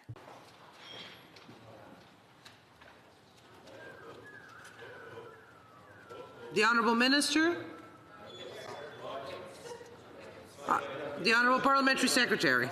Yes, thank you, Madam Speaker. As I'm sure the member is aware, in the last number of months, the government has engaged in many different ways, different levels of government, to work collaboratively with a restart program amongst many other programs to ensure that Canadians as a whole is in a much better position to be able to combat the coronavirus and the impact. We're looking to the opposition, the official opposition and others, to work collaboratively with the government so that we can continue to be there for Canadians in a very real and tangible way.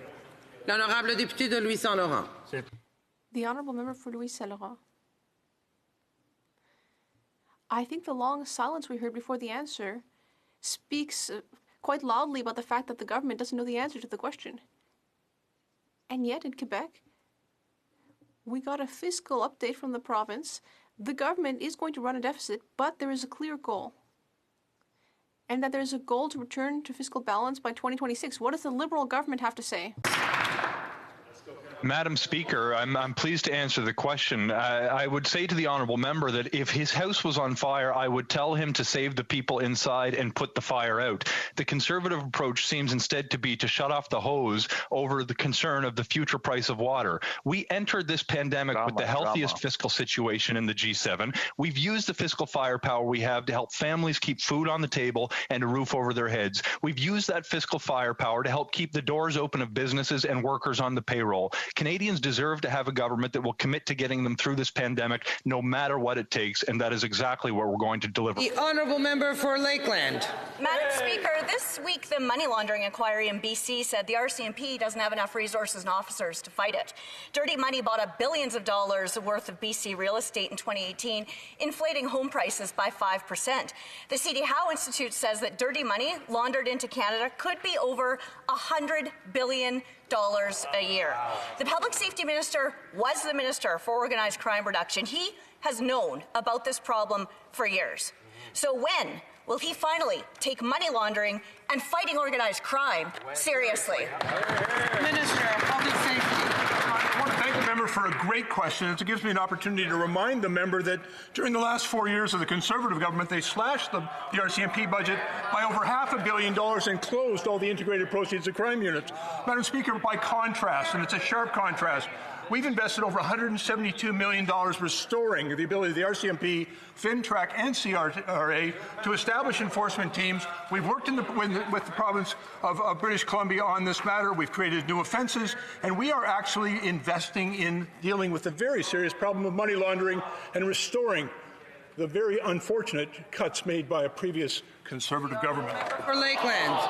But this minister has been in power for half a decade. So he should stop blaming everyone else, stop pointing fingers, and actually do his job. Because you'd think he would get the big picture here as a former police chief. It goes beyond legal casinos in BC. China-based transnational cartels connected to the Chinese Communist Party have been operating underground casinos in BC and Ontario. It looks like foreign interference in Canada, money laundering to fund organized crime that is tearing Canadian families and communities apart. This is a real threat to Canada. So when will this minister actually do something to stop talking? Honourable Minister of Public Safety. The member points out that this is a problem right across Canada, and in fact, Canada used to have 12 integrated proceeds of crimes units, which were staffed by excellent and qualified RCMP officers that conducted those investigations, until the Conservatives closed all 12. We've actually begun to restore those cuts and to replace those officers with a significant investment in the RCMP to ensure they now have the capacity to do that important work, Madam Speaker. I appreciate the member's newfound interest in this, but their record speaks for itself. The honourable member for Lambton, Kent, Middlesex. Madam Speaker, Loblaws, Metro, and Walmart are increasing fees to suppliers for the privilege of selling to their grocery stores. On Wednesday, the CEO of Sobeys announced that his grocery chain would not increase fees to farmers and processors. He said, and I quote, "I don't think it's healthy. Some of these behaviours are just plain bad for Canada." When will this government step up like Conservatives are, call this out, and side with Canadians like Sobeys is? The Honourable Parliamentary Secretary. Madam Speaker, it's disappointing to see grocers impose these costly fees which fall on the thousands of Canadian food processors who are working hard to feed Canadians and support their communities amid many challenges. Independent grocers, food producers and processors, and their workers have played a critical role during this pandemic. We share the concern of Canadians about fair market practices, and we're committed to ensuring that Canada has the right conditions for all businesses to thrive. Thank you, Madam Speaker. Honourable member for Lambton, Kent, Middlesex. Madam Speaker, gouging fees by grocery giants could put farmers and processors out of business and in the middle of a pandemic, putting Canadian jobs and their food security at risk. The government should tell Canadians that they will take action now. Not tomorrow, not next week, but now. The government needs to call out this unfair competition practice like the Conservatives have. When will they show leadership for our farmers and help everyday Canadians with their grocery bills?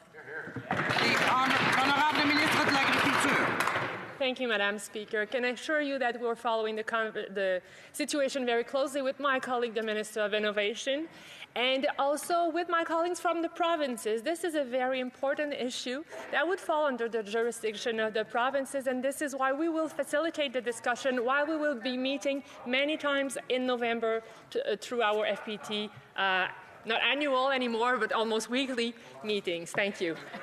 Honorable député de Rimouski-Nejet-Témiscouata-les-Basques. The honourable member for Rimouski-Nejet-Témiscouata-les-Basques.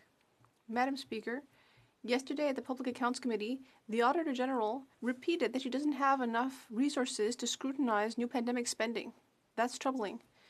She stated repeatedly that she won't be able to analyze $343 billion in new spending without additional resources. This makes no sense. And yet somehow, this seems to work well for the Liberal Party. It's happy to let the government spend billions of dollars, hundreds of billions of dollars, without being scrutinized, especially if that means that the Wee Scarity affair won't be looked at. The Auditor General is asking for a reasonable amount, $31 million. When will she finally get the resources she needs to do her work? The Honourable Parliamentary Secretary. Madam Speaker, I'd like to start by saying that the President of the Treasury Board and myself are ready to support the Auditor General. Her work is very important. As the Auditor General said when she appeared before the committee, she is very pleased with the work and the collaboration between her office and the Department of Finance. We will do what we need to ensure that her office has the necessary resources. The Honourable Member. Madam Speaker, the Liberals offered an untendered contract of $900 million to their friends at We Charity, and they gave a $237 million untendered contract to Frank Baylis, who only last year was a Liberal member in this House. How many more contracts like that are there that we just don't know about? The Auditor General is asking for $31 million to examine $343 billion in pandemic spending. Her office has asked for that 5 times over the last few years, have asked for a budget increase. Apart from favoring the interests of the Liberal Party, could the government tell us, the Honourable Parliamentary Secretary? Madam Speaker, that's a good question. After the Harper Conservatives reduced the Auditor General's budget by $6.5 million, we took measures to strengthen that funding.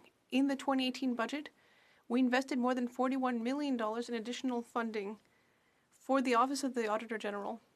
Thanks to this increase, the office added the equivalent of 38 full-time employees. Madam Speaker, as I said in my first answer, we are very pleased to see the good collaboration between the offices. Madam Speaker, the pandemic has clearly led to an increase in violence against women, both in the form of domestic abuse and human trafficking. And while Canadian women are facing these grim realities, women in unstable areas of the world face unthinkable threats to their safety and security. Unfortunately, Canada's leadership has been called into question when it comes to responding to these threats, in particular due to the lack of women peacekeepers that are available for deployment. When will the government pick up the slack and take these issues seriously? The Honourable Parliamentary Secretary. Madam Speaker, I'd like to thank my colleague for the question. We know that any form of gender-based violence is not tolerated in our country, and we're going to continue to work with Canadians to end all of it in every form. Our government has made progress with the first ever federal strategy to prevent gender-based violence. That will support survivors and families. We know there's more work to be done. That's why we've committed to a national action plan to ensure that anyone facing any violence has reliable and timely access to protection and services, no matter who they are and what they live. Due to COVID-19, you've seen an additional funding of over $100 million to help women in need. And that Honourable Member for Elgin, Middlesex, London. But, Madam Speaker, we're speaking about the number of women in the Canadian Armed Forces, and it's embarrassingly low, and we're nowhere near our targets of 25% of women in the Canadian Armed Forces by 2026. When women are caught in conflict zones, it is essential that women peacekeepers are there to help over compassionate and empathetic support. What is the government's plan to meet this need and show Canadian leadership in peacekeeping efforts? The Honourable Minister of National Defence. Mr. Speaker, I agree with the member who raised the question. We do need to increase the number of women in the Canadian Armed Forces. If we want to increase the number of women in peacekeeping, all of us as allies have to increase the number of women. We are working very hard to increase our numbers. In fact, actually, currently, the current commander of the NATO mission, training mission in Iraq is Janine Carry-On, and she's doing fabulous work, Madam Speaker, and we will continue to increase our numbers and have an impact on peacekeeping operations. Thank you. The honourable member for Carleton. Well, Mr. Speaker, Madam Speaker, for someone who has nothing to hide, he's going a heck of a long way to cover up in the WE scandal. He's threatened an election. He shut Parliament down for 6 weeks. And the latest, he's paralyzed the Finance Committee with a 25-hour, 171,000-word, 1-month-long filibuster with rambly speeches that this week ventured into a Liberal MP comparing the WE scandal documents that have been blacked out to sacred texts like the Jewish Torah, the Christian Bible, and the Koran. So that presumably means that he wants to black out sections of those texts as well. Which ones would he like to black out? Honourable Minister, Parliamentary Secretary. Yes, Madam Speaker, you know, it's interesting when the member talks about filibusters. I sat in this chamber when the member spoke for 14 hours on the budget, when he talked about the stones of the chamber and all sorts of things that were, some might say, are somewhat interesting. As much as the Conservatives want to focus their efforts and their concentration on we, who are we to say that they can't do what their priorities are? What I can tell you, Madam Speaker, is that this government's priority is to work for the health and well-being of Canadians and our economy. We're going to remain focused on the coronavirus and fighting it. Thank you, Madam Speaker. The honourable member for Leeds, Grenville, Thousand Islands, Rideau Lakes. Well, a big difference, Madam Speaker, is that when the member for Carleton filibustered, it was to expose corruption. They're filibustering to hide their corruption. And this week at the Finance Committee, that display by the member for Guelph, where he likened the Bible, the Torah, the Koran, and other sacred texts to their blacked-out corruption documents is disgusting, and frankly, it's quite stupid. We know that for this Liberal government that corruption is sacred. Does the minister... Could I ask the member to please refrain from using unparliamentary language? Thank you. Well, there are some... Does the minister agree that this language was wrong, it was hurtful to Canadians of faith? Will he apologize to this House and to Canadians and ask the member to do the same? Parliamentary Secretary. Yes, thank you, Madam Speaker. You know, in my times, I have heard the Conservative members filibuster. And when they talk about filibusters, I think they need to look in the mirror. It's important for us to realize, Madam Speaker, what's taking place is a government that is focused on working collaboratively for those that want to work collaboratively on the #1 priorities of Canadians, and that is, in fact, the coronavirus and minimizing the impact, the negative impact that it is having on our society. We would look to the Conservatives to join with us and start working collaboratively, whether it's in committee or in the House. The honourable member for Churchill, Kiwetinokaski.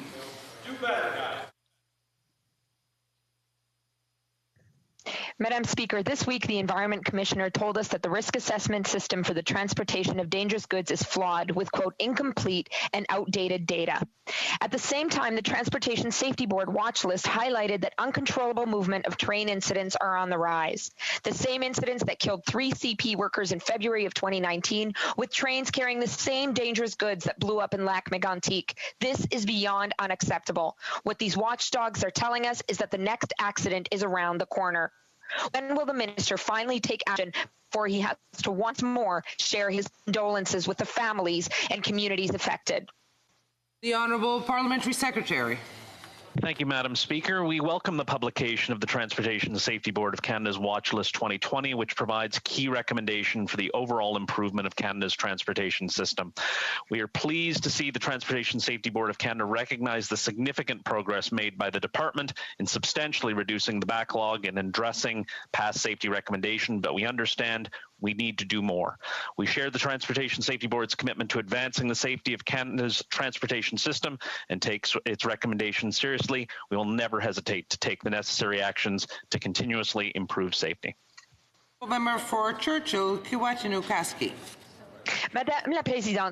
Madam Speaker, this week the Environment Commissioner's report showed that the assessment system is based on incomplete and out-of-date data. The next day, the list showed that there is an increased number of accidents. The same incident that cost the lives of 3 workers in February 2019, with trains carrying the same kinds of dangerous goods that caused the accident in Lake Megantic. We are told that we are just about to have another major accident. How can we prevent? The Honourable Parliamentary Secretary to the Minister of Transportation. Thank you very much, Madam Speaker. Transport Canada has taken concrete action in response to safety issues identified on previous watch lists, including implementing many measures to strengthen rail safety, including implementing stricter rules to secure trains and reduce the risk of uncontrolled movement of railway equipment. We published the locomotive voice and video recorder regulation to provide accident investigators with the insight into sequence of events leading up to rail accidents. We will listen to the Transportation Safety Board and act on their recommendations because rail safety is of fundamental importance to this minister and the department. Thank you. The Honourable Member for St. John Rothesay. On October 7th, our government announced it is moving forward with its commitment to ban harmful single-use plastics as part of its plan to achieve zero plastic waste by 2030. However, for many Canadians with disabilities, plastic straws are essential for drinking. Without access to bendable, durable plastic straws, the simple act of taking a drink can become more challenging and potentially dangerous. Madam Speaker, can the Parliamentary Secretary to the Minister of Environment and Climate Change please share what steps our government is taking to ensure that the needs of Canadians with disabilities... The Honourable Parliamentary Secretary. Madam Speaker, I would like to thank the member from St. John Rothesay for his strong advocacy for Canadians with disabilities. Our government is taking ambitious action to eliminate plastic waste and pollution, including through a ban on harmful single-use plastics. We will engage with Canadians with disabilities as we move forward, Madam Speaker, to ensure that their needs are reflected in our approach. We will ensure that no Canadian who needs a plastic straw for accessibility or medical reasons will go without.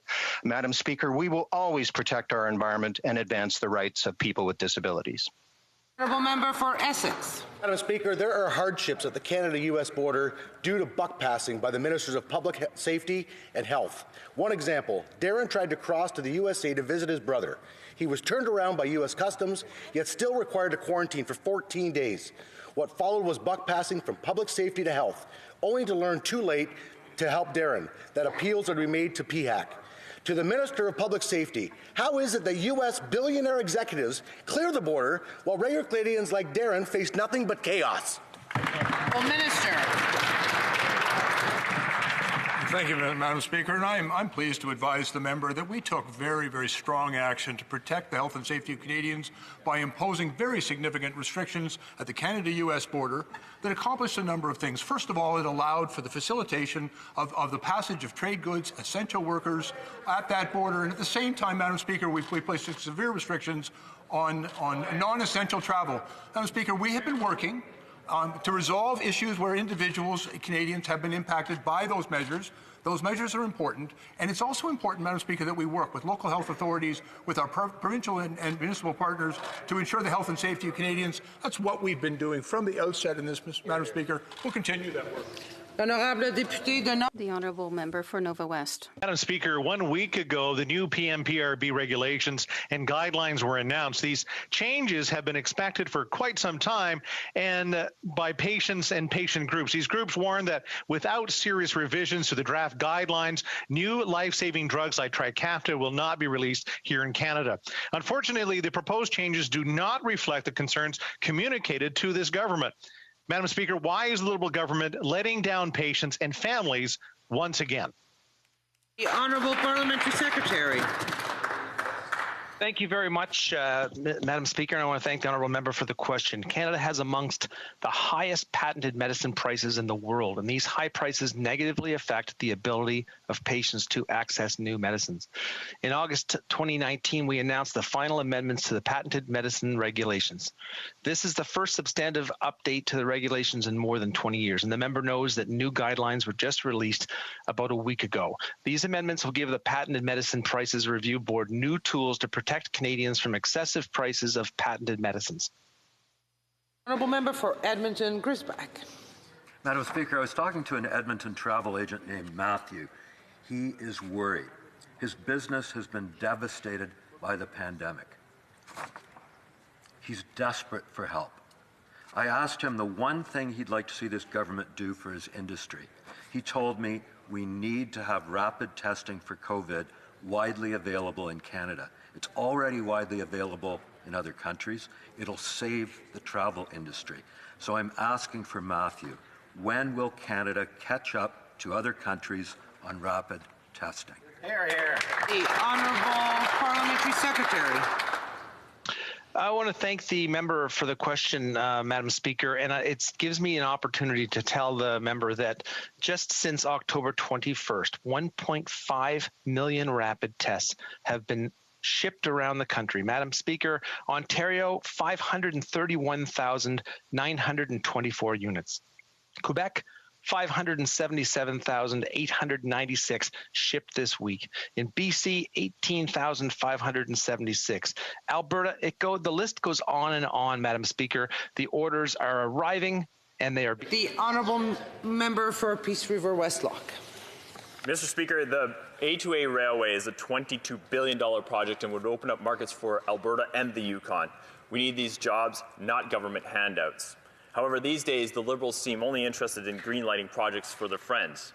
The A2A project shouldn't have to subcontract Baylis Medical to get this Prime Minister's support. Will the Prime Minister affirm his support for this project, and on what day will we see that affirmation? Honourable Parliamentary Secretary. Well, Madam Speaker, we know that in Canada it's time to build up, and the Canada Infrastructure Bank is an important part of that plan. Our plan is creating 1 million jobs and bringing strong communities, building strong communities through investments in infrastructure like public transit, clean energy, broadband, affordable housing for Indigenous peoples and northern communities alike. Our government knows that investing in infrastructure for communities, for growth, for Canadians is important. Unlike our Conservative friends whose leader in the previous government campaigned on a promise to cut $18 billion from the infrastructure program. The Honourable Member for Berthier-Masquinongé. Madam Speaker, week after week I rise in the House to ask that farmers get the compensation that Ottawa had promised them after betraying them in free trade negotiations. Week after week the Minister tells me it's coming, and the weeks have turned into 2 years. When will the government deliver the promised compensation to dairy producers for the next few years, and when will it agree with other dairy producers about under supply management? Why are they forcing them to fight for years for the money they've been promised? The Honourable Minister of Agriculture and Agri-Food. Okay. The Honourable Minister.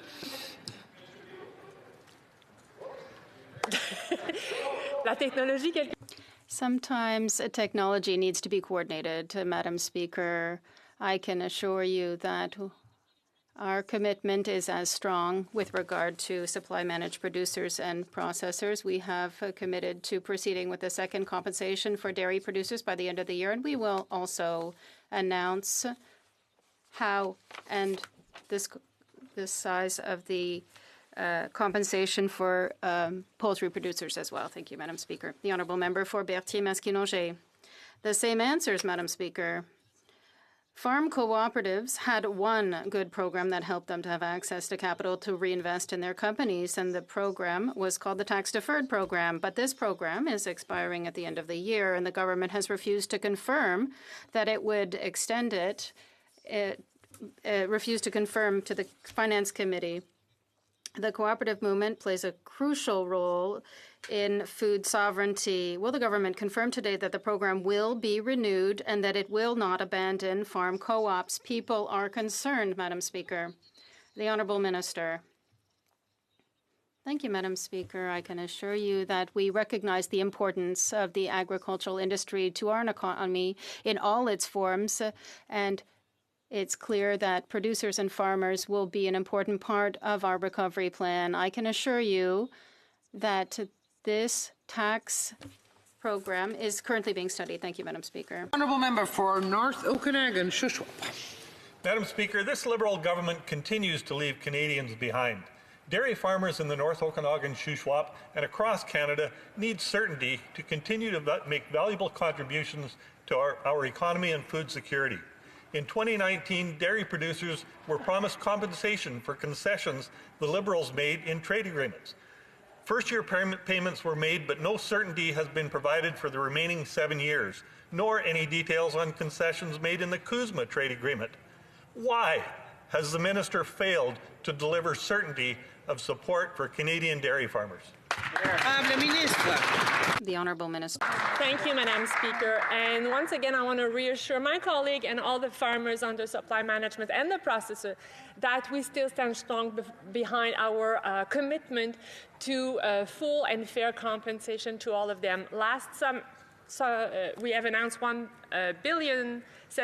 $1.75 billion for dairy farmers. The first payment has been done less than 12 months ago, and we will proceed with the second compensation this year. We will also make the announcement around the compensation to poultry and eggs. Thank you. The Honourable Member for Beauce. Madam Speaker, I keep saying it, Beauce is the birthplace of small business, and I want specifically to talk about a small business in my riding, the Robert Carrière Garage in Sainte-Hénédine. Despite its desire to keep its head above water during the pandemic, there's a huge obstacle. It's in a rural region and internet is deficient. Like many other dozens of small businesses in my riding in the same situation, this business cannot expand like it wants to. Will the government wake up and come out with a real plan to connect rural regions to rural broadband? When? The Honourable Minister. Thank you, Madam Speaker, and I thank my colleague for that important question. Of course, it is clear that we need to connect all places of business and residences in Quebec, including in Beauce, which we love. My colleague, the Minister for Rural Regions, is dealing with the issue. I spoke with my counterpart in Quebec, and we want to collaborate with the government of Quebec on these issues. Thank you. The Honourable Member for Dauphin, Swan River, Nipawin. Madam Speaker, this government promised to connect rural Canadians. Earlier this year, I sent out a survey to analyze cellular service in my constituency. An alarming 92% of households stated that they are dissatisfied with cellular service. 92%, Madam Speaker. Clearly, their plan is not working. Can the minister inform the 92% of my constituents how to contact emergency services if they can't make a phone call?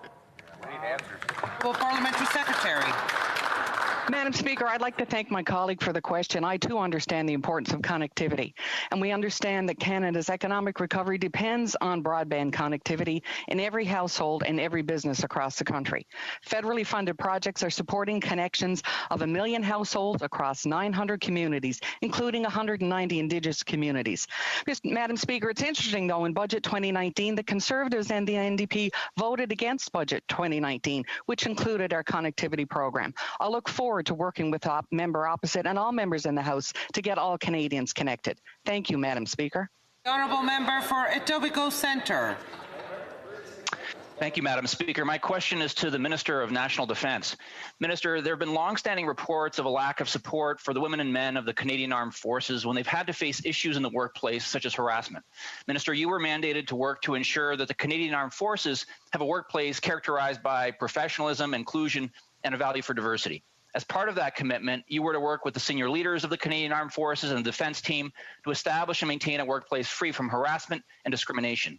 Minister, could you share with us the work that the Canadian Armed Forces is doing to establish a harassment-free environment? Minister of National Defence. Madam Speaker, I want to thank my honourable colleague for that very important question. Our government takes allegations of sexual misconduct very seriously. No one should feel unsafe at work, especially in the Canadian Armed Forces. But we know that we still have a lot more work to do to eliminate these types of behaviours, and that's why we launched the Path to Dignity and Respect, a strategy for long-term culture change to eliminate sexual misconduct within the Canadian Armed Forces. Madam Speaker, we will not stop until all members are able to perform their duties in an environment free from harassment and discrimination. Thank you. The Honourable Member for Yellowhead. Madam Speaker, many Royal Canadian Legions across my riding have expressed financial concerns since the outbreak of COVID. The Legions continually support veterans in these difficult times. Branch number 8 in Rocky Mountain House contacted the Minister of Veteran Affairs and were told that an aid package was in the works. But that was over a month ago. Madam Speaker, Legions are in need of financial assistance. When will this government help Legions and our veterans? The Honourable Parliamentary Secretary. Thank you, Madam Speaker. Madam Speaker, the well-being of our veterans and their families are top priority. We fully understand the vital roles that Legion play in supporting the veterans and their families in all communities. That is why I'm proud to share with the House that Bill C-4 was passed in the House a few weeks ago, including $20 million to support organizations such as the Royal Canadian Legion and other partners. Our response to the pandemic is ongoing, and we will ensure that our partners who support veterans will continue to have what they need to continue to do their great work. Thank you, Madam Speaker. Honourable Member for Edmonton Centre. Madam Speaker, Edmonton's token funding allocation for rapid housing shows how little this Liberal government knows about the realities on the ground. Alberta is experiencing an economic downturn like we've never seen before. Homelessness is on the rise, with camps forming in multiple locations, drug-related fatalities soaring, and a growing mental health crisis. The situation is going to get worse with the onset of winter. Given the incredibly difficult circumstances, can the minister explain why Edmonton received only 3.4%, such a disproportionate low share of funds? Full Parliamentary Secretary. Thank you very much. I was very proud to work with Mayor Iveson on delivering these critical dollars to Edmonton, and with Susan McGee from Homeward Trust, one of the most effective programs across this country at combating chronic homelessness. This funding is divided into two streams. Both streams are accessible to Edmonton, but Edmonton was given block funding to deal with some of the immediate crisis facing homelessness through the COVID crisis. They can also apply to the other stream as well. And I will remind the members that this is the first installment of many installments to come to achieve on this file. So I'd be happy to work with the member opposite to find out what properties are available for acquisition and deployment towards ending chronic homelessness. And I'm very proud of the $1 billion we put on the table. The Honourable Member for Markham Unionville. Thank you, Madam Speaker. There have been 414 reported shootings just in Toronto this year. On Monday, a young man was gunned down outside the Scarborough LCBO. 5 years of Liberal soft-on-crime policies have delivered these results, but the government refuses to take responsibility. Madam Speaker, how many GTA residents need to be shot for the Liberals to admit that their plans aren't working? Thank you. The Honourable Minister. I'd like to thank the member opposite for a very important question. Madam Speaker, in the last Parliament, we made significant investments, $51 million to enhance CBSA's ability to enhance their screening, detection, and training around firearms smuggling. We also invested $34 million in the RCMP's Integrated Criminal Firearms Initiative, which the member voted against. And Madam Speaker, law enforcement and our border service officers are doing their job, but they need more help. And that's why we have committed in the throne speech to bring forward legislation that will give us new authorities to keep guns out of the hands of criminals by stopping the illegal smuggling of firearms at the border into Canada, as well as the trafficking of firearms through diversion and straw purchasing. The Honourable Member for Surrey Centre. Madam Speaker, Canadians from coast to coast to coast, including my riding of Surrey Centre, are rightfully excited about emerging opportunities afforded by exciting innovations in clean tech. Investments in clean tech are a win-win-win, allowing us to help the oil and gas sector grow, create good-paying jobs, middle-class jobs, and greatly reduce our greenhouse gas emissions. Could the Parliamentary Secretary of Innovation kindly update this House on how the government plans to invest and support this crucial industry? The Honourable Parliamentary Secretary. Madam Speaker, I'd like to thank the member for Surrey Centre for his important question and continued hard work. Last week, we announced a $100 million investment in the Clean Resource Innovation Network to accelerate the development and adoption of innovative technologies that lower environmental impacts. And just yesterday, the Minister for Natural Resources launched the $750 million Emissions Reduction Fund to reduce methane and GHG emissions through greener technologies. The investments. The Honourable Member for St. John's East. New evidence shows Westcam sensors manufactured since April, exemptions to the Turkish embargo, ended up in Nagorno-Karabakh used by Azeri forces. Last month, Global Affairs suspended arms exports to Turkey while investigating allegations Canadian sensors were diverted to Azerbaijan. But now the evidence is clear. The Arms Trade Treaty requires Canada to prevent, detect and stop brokering of military goods to users other than intended customers and to stop exports used against civilians. Will the minister release detailed results of his own investigation and cancel all arms exports to Turkey? Parliamentary Secretary. Thank you, Madam Speaker, and I want to thank the member for St. John's East for that question. Over the weeks, we all know that there were allegations made regarding Canadian technology being used in the military conflict in Nagorno-Karabakh. As soon as those allegations were heard by the minister, he immediately directed his officials to investigate these claims, and that investigation is ongoing. In line with Canada's robust export control regime, and due to the hostilities are ongoing, he suspended immediately exports that were relevant in this issue to Turkey to allow us to assess the situation. And it gives me... The Honourable Member for Nanaimo Ladysmith. Thank you, Madam Speaker. This spring, a freighter dragged its anchor and collided with another ship in Plumper Sound. 2 weeks ago, another freighter dragged its anchor and almost ended up on a beach in Ladysmith. Communities are fed up with the excessive noise, lights, and exhaust from these freighters and are concerned about the environmental damage they are causing. Will this government mandate improvements at the Port of Vancouver, ban the export of U.S. thermal coal, and use the 200-mile limit to control freighter traffic and end the use of southern Gulf Islands as a parking lot for freighters? The Honourable Parliamentary Secretary.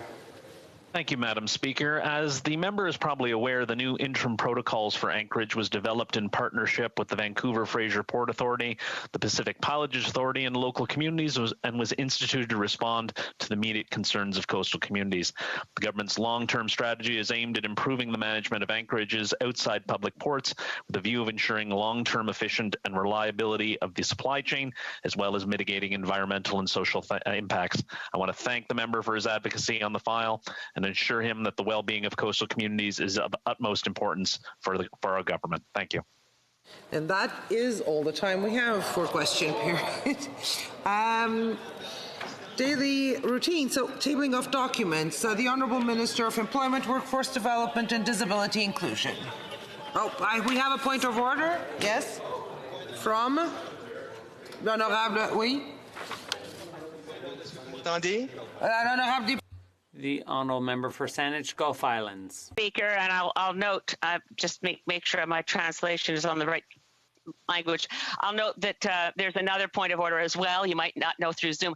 I just wanted to raise that it's very difficult when our standing orders are ignored on the Zoom channel. And I think all members know that interrupting another member during question period, interrupting and heckling is against our standing orders.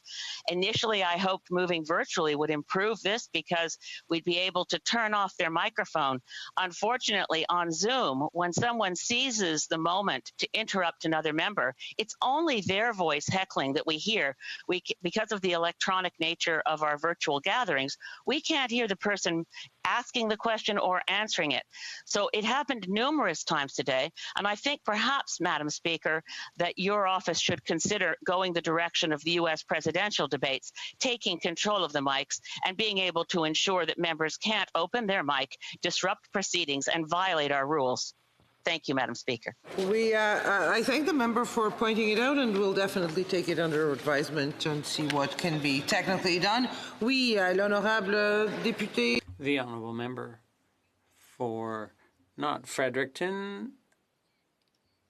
My goodness. Yes. Madam Speaker, it was precisely the same point of order that my colleague just made.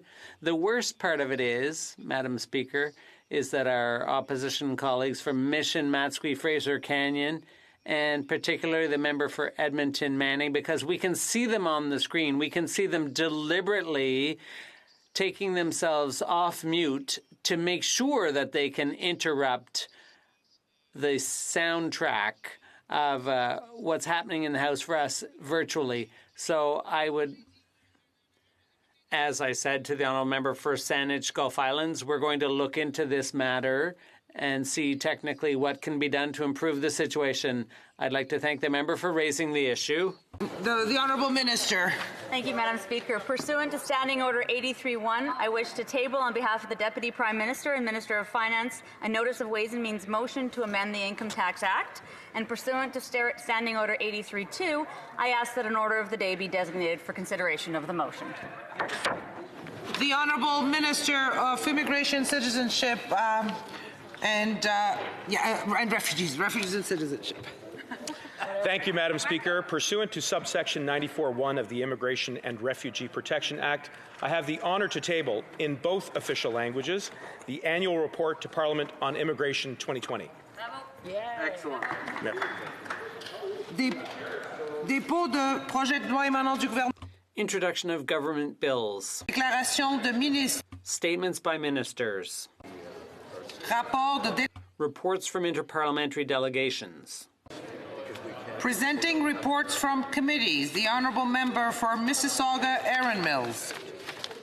Thank you, Madam Speaker. I have the honour to present in both official languages the first report of the Standing Committee on Justice and Human Rights in relation to Bill C-3, an act to amend the Judges Act and the Criminal Code. The committee has studied the bill and has decided to report the bill back to the House of Commons with amendments. Thank you, Madam Speaker. Introduction of private members' bills. First reading of Senate public bills. Motion. Okay. The Honourable Member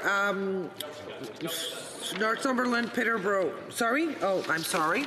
Okay. Presenting petitions, the Honourable Member for Saanich Gulf Islands. Thank you, Madam Speaker.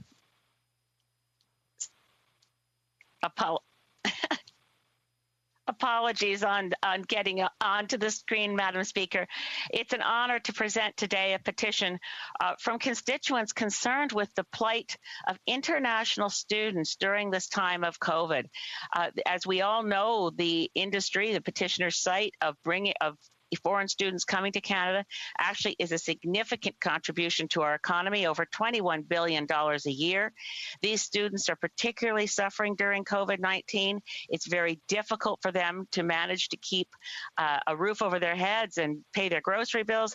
They're asking for this Parliament and this government to consider that the Minister for Immigration, Refugees and Citizenship should extend the access to work permits for international graduate students who need the work experience but have been negatively impacted by COVID-19. Thank you, Madam Speaker. Honourable Member for Nanaimo, Ladysmith. I saw you. Thank you, Madam Speaker. It's an honour to table e-petition 2797 with signatures from across Canada. The petitioners note that Correctional Service Canada is establishing for-profit prison farms involving beef, dairy, and intensive animal agriculture and selling products to the private sector and possible export markets. Prisoners will be paid under $1 an hour, and they also note that associating underpaid prison labor with the private sector is a human rights violation under the International Labour Organization standards. The petitioners are calling upon the Government of Canada to cancel this prison agribusiness, prevent for-profit use of prison labor for the private sector, and transition federally funded prison farms to a plant-based, non-profit model feeding food banks and food insecure communities as proposed by Evolve Our Prison Farms. Thank you. The Honourable Member for Peace River, Westlock. Thank you, Madam Chair. I knew you'd get to me eventually, so appreciate that. I have several petitions to present today once again. The first petition I'm presenting today is calling on the government to recognize the genocide that's happening against the Uyghurs in China and calling on the government to use the Magnitsky Act to bring to justice some of the people that have been involved in that. The second petition I have today, Madam Speaker, is signed by hundreds of Canadians from across Canada The petitioners are calling on Canada to ensure that Canadians have access to high-quality palliative care and to ensure that the government establish a national strategy on palliative care. The next petition I have today is, Madam Speaker, is from Canadians from across the country that are concerned about gendercide in this country. They're concerned that infants before they are born are being aborted because of their gender, and they're calling on the government to enact a law. They're calling specifically for the bill introduced by my colleague and member from Yorkton Melville to be passed. The next petition I have as well is from Canadians from across the country, and they're calling for the conscience rights of Canadians and of Canadian institutions to be protected from across this country. They note that the Canadian Medical Association has confirmed that conscience rights do not interfere with access to health care. Thank you, Madam Chair. The Honourable Member for Northumberland, Peterborough South. I would first of all like to thank the Madam Speaker for continuing patience with all of us. We certainly appreciate it, especially the newer members. I have two petitions to present today. One of which is to call to an end to the abhorrent practice of international trafficking of human organs, specifically calling upon a legal prohibition upon Canadians traveling abroad to acquire such organs. The second petition I'd like to enter into the record is to formally call upon Canada to recognize the genocide that is going upon the Uyghur genocide that's going on in China, and also to call upon the Magnitsky Act to bring the officials responsible to account. Thank you very much.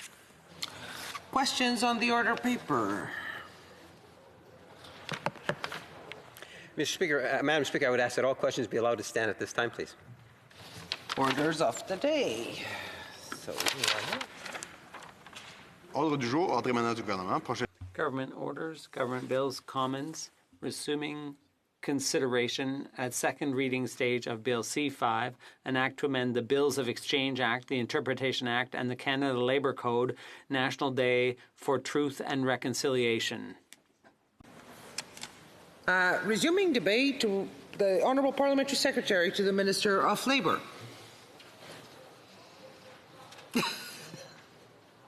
Merci, Madame la Présidente. Thank you, Madam Speaker. I follow my honourable colleague, the Parliamentary Secretary for Canadian Heritage, and I thought there were a few minutes remaining in that, but thank you for giving me the opportunity to speak today. It's a pleasure for me to take the floor today to speak to Bill C5, which amends certain acts so as to add a new holiday, the National Day for Truth and Reconciliation. Bill C5 deals with a very important issue which all members of this place take very seriously. The residential school system was a national tragedy and a product of colonialism, and it was tinged with racism. And we must never forget this great tragedy in our history, as well as the ongoing legacy left behind by residential schools. And for this reason, we should recognize this past situation and inform Canadians of the experience of Indigenous children in these schools. Residential School Settlement Agreement. The Truth and Reconciliation Commission documented the experience of survivors, families, communities, and those personally affected by residential schools. The Commission presented a final report in 2015 with 94 calls to action to redress the legacy of residential schools and advance the process of reconciliation. Call to Action 80, and let me read it, Madam Speaker, calls upon the federal government, in collaboration with Aboriginal peoples, to establish as a statutory holiday a National Day for Truth and Reconciliation to honor survivors, their families, and communities, and ensure that public commemoration of the history and legacy of residential schools remains a vital component of the reconciliation process.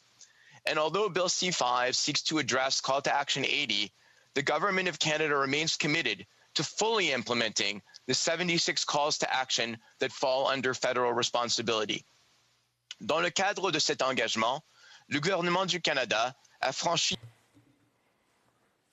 This is an important step in the implementation of Call to Action 94 of the Truth and Reconciliation Commission. This bill seeks to create a National Day for Truth and Reconciliation. which for federally regulated workers would be treated as a holiday on the 30th of September. The choice of the 30th of September is based on the idea of matching this holiday with Orange Shirt Day, a day which recalls the legacy of the residential schools. Such an important issue. Creating a day for truth and reconciliation seems like a small gesture, but I would suggest, Madam Speaker, that it is an important one. It is important because there are too many people, too many communities in this country that continue to suffer from the injustice and stigma of racism. During the current pandemic, we have seen the disproportionate impact of this crisis on racialized people, Indigenous people, immigrant communities, and other vulnerable Canadians. Madam Speaker, recently we have seen racial injustice right before our eyes across the border. The killing of George Floyd in Minneapolis by police shocked many of us. But we also saw the killing of Breonna Taylor in Louisville, Rayshard Brooks in Atlanta, Daniel Prude in Rochester, and who can forget what happened a few years ago to Eric Garner in New York? Those brutal killings of Black people by police have shocked our consciousness. But Canadians cannot say that everything is fine in Canada. In my own province of Quebec, in Joliet Hospital, we saw the death of Joyce Ashokwan, an Indigenous woman who live-streamed racist slurs and neglect and abuse while she was in the care of nurses and the staff at a hospital in my own province. This is a tragic example of the racism and intolerance that Indigenous peoples continue to face in Canada. Madam Speaker, it was heartbreaking and beyond unconscionable. And if anyone dares to say that systemic racism does not exist in Canada, they should be ashamed. Comment pouvons-nous établir un climat de... How can we create a relationship based on trust, respect, and understanding? To acknowledge the oppression and discrimination Indigenous peoples have experienced in Canada for centuries, and to reflect about the challenges faced by Indigenous communities. The National Day for Truth and Reconciliation will provide federally regulated workers with the opportunity to reflect on this issue and to participate in educational and commemorative activities. In 2018 and 2019, during the Standing Committee on Canadian Heritage study of Private Members Bill C-369 by our former colleague Georgina Jolibois, which sought to make National Indigenous Peoples a statutory holiday, witnesses from Indigenous organizations were in favor of the creation of a statutory holiday to commemorate the history and legacy of residential schools. Now, let me address the legislation itself that would amend the Bills of Exchange Act, the Interpretation Act, and Part 3 of the Canada Labour Code. Part 3 of the Canada Labour Code would be amended to establish the National Day for Truth and Reconciliation as a holiday. It will provide federally regulated private sector employees with a paid holiday. It is on this portion of the bill that I focus. Part 3 of the code covers approximately 955,000 employees and 18,500 employers. It contains provisions setting out minimum labor standards for workplaces in the federally regulated private sector and in most federal crown corporations. It includes important industries such as interprovincial and international transportation, banking, telecommunications, and broadcasting, as well as some government activities on First Nations reserves. Part 3 does not apply to the Federal Public Service, the Canadian Armed Forces, the Royal Canadian Mounted Police, or to parliamentary employees. But due to existing provisions in all federal public service collective agreements, as well as past practices to extend similar terms of employment to the RCMP and the Canadian Armed Forces, employees in the federal public sector would also be entitled to the new federal holiday. Of course, as we all know, the Government of Canada does not have the constitutional authority to impose a statutory holiday for those employees that fall within the authority of provincial governments. That said, I would like to say a few words about the implementation of this new holiday. Une journée nationale de vérité et de réconciliation. A National Day for Truth and Reconciliation would give the over 955,000 employees in the federally regulated private sector the opportunity to participate in educational and commemorative activities related to Indian residential schools and reconciliation. This day would also highlight the experiences of First Nations, Inuit, and Métis men and women, including those who are employed in federally regulated private sector enterprises or federal public servants. Mr. Speaker, the Government of Canada remains committed to reconciliation and to fully implementing the 76 calls to action that fall under federal responsibility. Remains a priority for us, and the introduction of Bill C-5 is a step forward in the healing process for survivors that were harmed under the federally operated residential school system. Madam Speaker, let us work together toward a renewed partnership built on respect, dialogue, and recognition of rights. Je vous remercie, Madame la Présidente. Questions et commentaires. Questions and comments. The Honourable Member for Nanaimo, Ladysmith. Well, thank you, Madam Speaker. I'd like to thank the honourable member for his speech. And this is a very important piece of legislation and an important part of the calls to action to implement. It's number 80.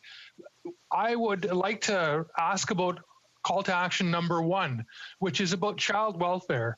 And the one reason why children are apprehended in the child welfare system, First Nations children, and there's more of them in the child welfare system now than at the height of the residential school system, is poverty. And so I hear from urban Indigenous organizations that there's not adequate housing and there is too much poverty in these communities. The Missing and Murdered Indigenous Women and Girls Inquiry said that we should have a guaranteed livable income. And we need urban housing and reserve housing and a rapid housing program to ensure that children aren't apprehended because there's adequate housing and eliminated poverty. Would the honourable member let me know when the government is going to move on these things, because I think these are very important calls to action. Honourable Parliamentary Secretary. Thank you, and I always appreciate the very thoughtful contributions of my colleague from Nanaimo, Ladysmith.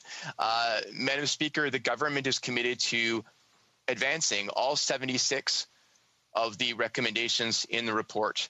And when it comes to the issue of the disproportionate number of Indigenous Canadians and racialized Canadians that are found in the child foster care system, we know that throughout history, there has been systemic discrimination where parents of racialized communities have disproportionately had their kids taken away. That is not acceptable, and each and every one of those recommendations are priorities for this government. Member for Vancouver East.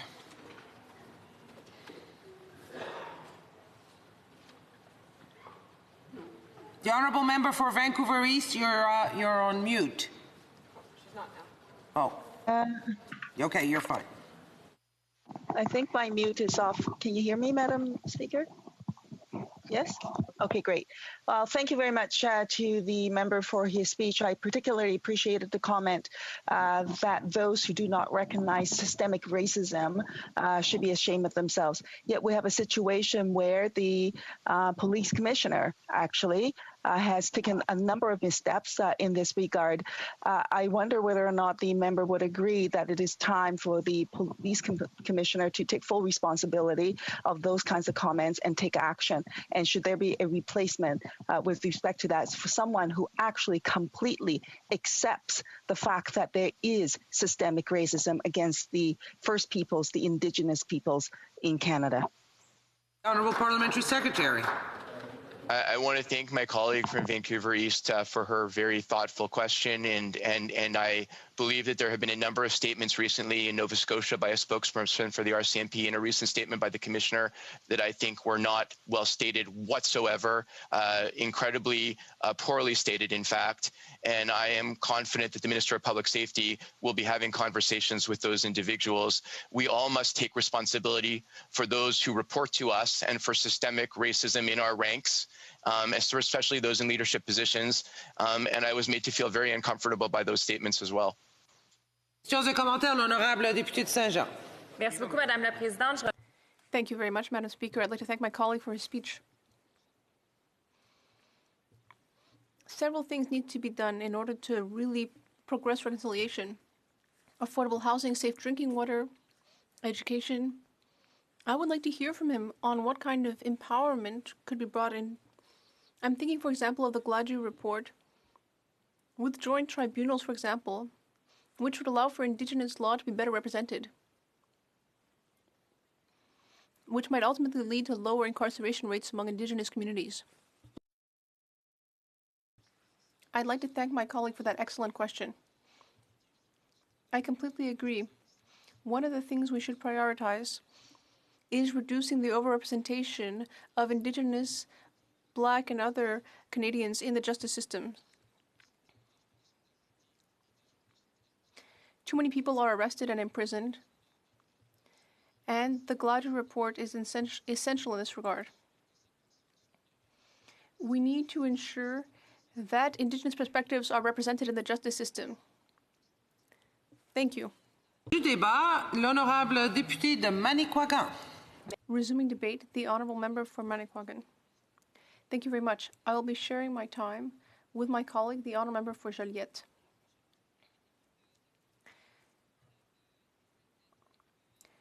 Today, I would like to begin my speech with warmly reaching out to the Innu and Escapi communities on the Kootenay. Esipit Pesamit, Uashat Magmaniutanam, Equinanishit, Nutashkwan, Unamanshipu, Pakwashipi, Matsimikoshk, and Kawawashkmak. It's for you and for all Indigenous communities that I rise today in this House to speak about Orange Shirt Day and Bill C-5 for National Day for Truth and Reconciliation, and to celebrate Indigenous culture. And I will now also say a few words in Innu. Official language interpretation will resume after the segment. Oui, mishta atamishka watin wat nete inu asit ke nashka pinuat nete chi wetinit. Esipiunuat, pesimianuat, ushwanuat, equanichunuat, unutashquaninuat, unamanshipuinuat, pakutshipinuat, matmekushinuat. Chinao ute aiman nete kasinu inu asiaut. Ute meshta uchimao. Aminanu chiche, uchichimao shapit chichi waitaman, meshinataika nitume, chishiku, nekaishkutosh, kashipishini panyukup. Quand on pense au pensionnat. When we think about the residential school system, it's impossible to truly understand what Indigenous people lived through and what they're still living through today. What we can do is humbly listen to these experiences and try to understand, and try to move forward along the path of reconciliation. With respect, friendship, and trust, I listened. I was deeply saddened. I listened and learned, and I'm listening to what First Nations have to say and what they want. Canadians tried to make Indigenous peoples disappear. That didn't work, but it cost a great deal to First Nations. Children were mistreated. Some disappeared. Everything was taken away from these children. Their language, their land, their culture, their family, their future. Let's not mince words. Canada's past objective was to make entire nations disappear. Today, we are debating in the same House which voted in the Indian Act. We are trying to repair horrors that were committed in the past and horrors that still have an effect on Indigenous communities. We need to learn from the past. We need to apply what we have learned on the Indian Act, on the residential schools, on missing and murdered Indigenous women and girls. National Orange Shirt Day is a step in the right direction, but more must be done.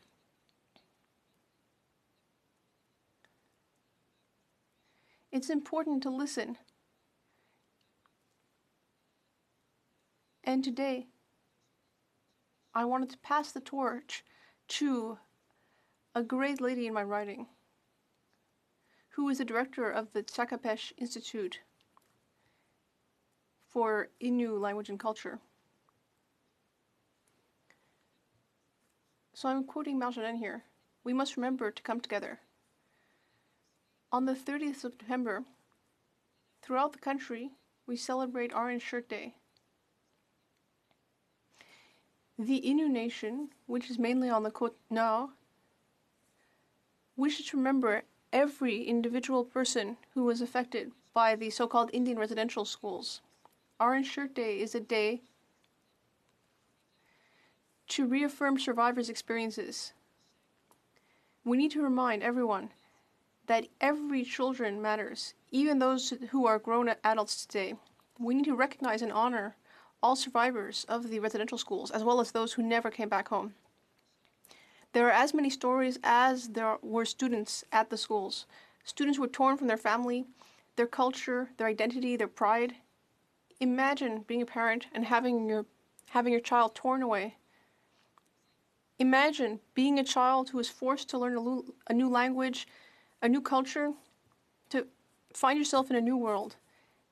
And imagine what happened if you dared to resist. Some families never saw their children again and don't even know what happened to them. They don't know what happened and can't imagine what the end of their lives were like. The worst thing that can happen to someone is losing a child.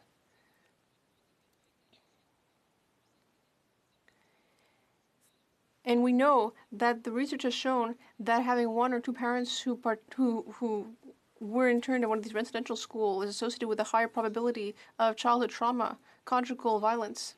Intergenerational trauma is clearly documented. These people need to reappropriate their entire past. Living becomes a struggle. It's difficult to imagine a future. You're constantly struggling against prejudice and bias, violence, and then Indigenous Canadians are being told to be resilient and patient. We need to remember, in order to understand not why it happened, but why there has been so much suffering ever since, to understand the needs. We need to remember, in order to share history, the need for a future, a common and respectful future. We need to be able to live fully. We need to remember to support every child's right to a peaceful and dignified future. We need to remember to share, to come together. We can't do otherwise. I'd like to express my solidarity with all my family and friends in the Innu Nation, and I hope that all of us together will be able to come together, one day at a time, and that we'll be able to have full and colorful lives. Chinash Komitinan. Madam Speaker, I am repeating these words as a member for Manicouagan to ensure that in this House we work in the interests of Indigenous peoples, as we do at the Bloc Québécois. Together, we will work for a better future. I respect and admire my Innu and Naskapi friends. I will always walk the path of reconciliation by your side.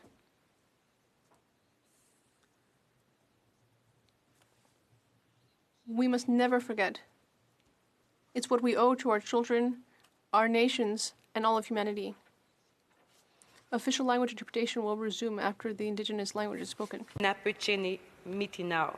Nanitam nikatita nanite etawechechi shushit tei katikote kashini matunanut. Ekanita uni chisit tutetawi chechi ashuminakut. Chi tawasa minyanat kie kasinu inuat. Chinash Komitinan.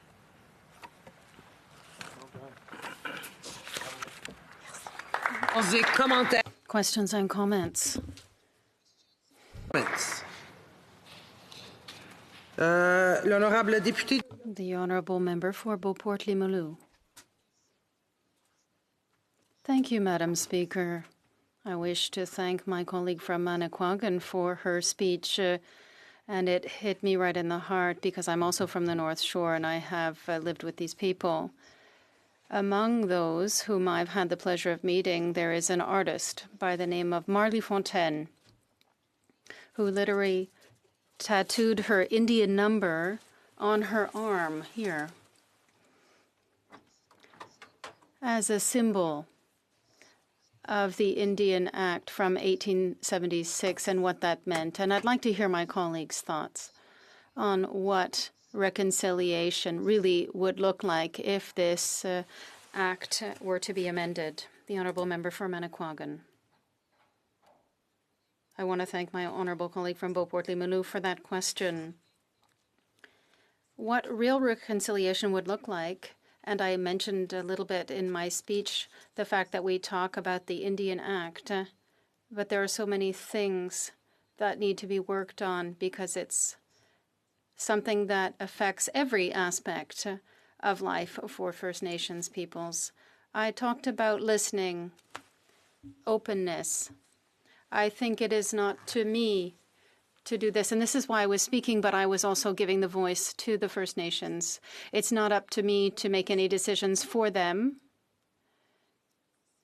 There has to be a transition when it comes to the Indian Act for full autonomy of the First Nations, and I hope to reassure my colleague that I will always be behind and beside the First Nations so that they can reach this full development as a nation. Thank you. Questions and comments? Resuming debate, the Honourable Member for Joliette. Thank you, Madam Speaker. Since I was elected, I have seen just how broad the gap between the lives of the Atikamekw and the white people in my riding is. Even if poverty is high in my riding, I would unfortunately say there are two different groups of people. And yet the federal government has the responsibility of providing and ensuring the same quality of life to the First Nations. It has failed terribly in this duty, and historically so. The Atikamekw community in Manawan has unfortunately had the trauma of the residential schools, and I salute this bill, which is a strong symbol for the First Nations, Inuit and Métis, and we salute this initiative. However, we need to go further. The Indian Act must be completely reviewed. It's an old, out-of-date and racist act. Even the name is racist, obviously. Before we do that, it's important to give guarantees to the First Nations that they will be at the heart of any changes. Madam Speaker, we are still quite shocked by the tragedy that occurred with the death of Joyce Echaquan, and we are thinking of her family and the Atikamekw community. Ms. Echaquan died in the worst possible conditions, and her last words she heard were hateful, terrible, degrading, unacceptable, racist speech. And once again, on behalf of the Bloc Québécois and all my colleagues in the House, I wish to offer my sincere condolences to the Dubé Echaquan community, or family, and her entire community.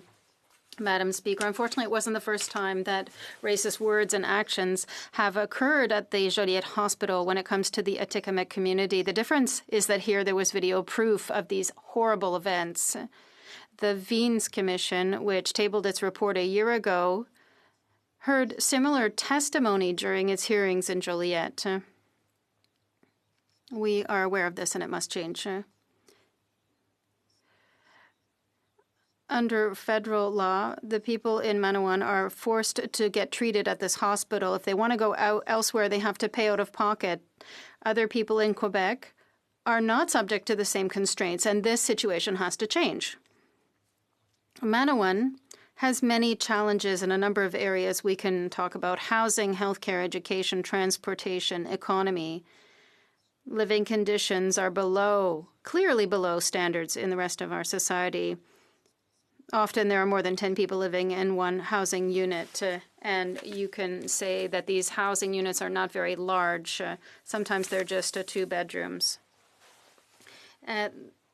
People in the community and the elected officials are trying to change the situation. For example, the tourist industry is developing and growing with a hotel at the entrance to the community. There's camping on Lake Kempt Island. We can think of promotion of their culture and their heritage, which is something very important. There's also partnerships with the community in the forestry and mining industry in Saint-Michel. But the difficult access to Manawan remains an obstacle to economic and social development within this community. The community is located approximately 90 kilometers north of Saint-Michel-des-Saintes. The Atikamekw Nation in Manawan has 2,400 members and is experiencing great demographic growth.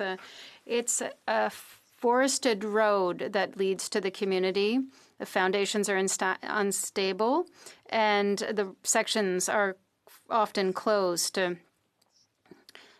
The road is to be repaved, but it is taking some time, and the isolation of the community is forcing the inhabitants to buy trucks, which obviously don't have a very long lifetime. Obviously, access to cell service isn't existent. There are frequent electricity outages, and it's a challenge, and particularly for the Masco Siwan Healthcare Center, which really works miracles.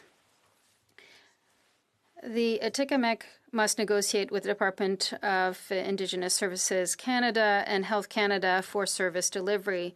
The process is quite onerous and strict, and there's very little room for autonomy despite the desire of the community to take control. The departmental rules have forced the community to build housing units in a place where it's quite damp. The units deteriorate quite quickly, and there has been a lot of mold over the past 10 years. The primary school has too many students and is less well funded, proportionally speaking, than our schools. We see when we visited that the daycare and the library are located in parts of the basement. The social workers have offices that are quite cluttered, and it's a problem for when they try to provide services. The demographic growth is amplifying the problem. The Atikamekw is their mother tongue, but it's seen as their second language. Teaching in French is underfunded. Despite their desire to self-govern, the community has to justify every decision to the federal government, which can subject them to arbitrary criteria. For example, Health Canada refused to cover the cost of a travel for patients going to Joliette. And if you have to take an ambulance, it's quite a bit more expensive, but it is covered. Based on statistics that are available, the Manawan community is significantly underfunded compared to other Indigenous communities in Quebec. The financial rules are based on a historic approach that hasn't taken into consideration economic growth or demographic growth and their isolation. As the bird flies, it's considered to be 90 kilometers north, but it's not because of the road. The government doesn't want to reopen the funding agreement, and when the community raises the issues, they threaten to reduce the current funding envelope if ever there was a re-examination. They're quite fearful. The community has succeeded nonetheless in innovating, for example, with regard to the Masco Siwan Health Center, which put in place an impressive telemedicine system which allows women who are pregnant to have care remotely while they're there, and they can stay in the community to do so. The seniors who suffer from diabetes or who need dialysis several times a week have to face a terrible situation. They have to leave their community and go to live in Joliette near the hospital, and with the drama of what has happened this fall, we know what the impact is.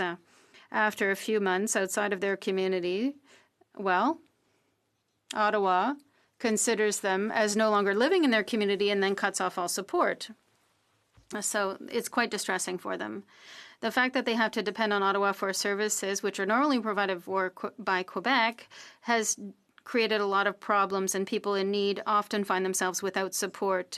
The governments push the potato back and forth, and then they feel quite abandoned. If we look historically, the people of Manawan have experienced a number of traumas resulting from colonial policies. Obviously, people from the community were subject to the residential schools and the tragedy of the missing children, just as an example. Not so long ago, in fact, the superintendent of the community is usually a retired military member who subject them to a climate of terror. There was an Atikamekw who was refused to cut wood on his family land by an American forestry company.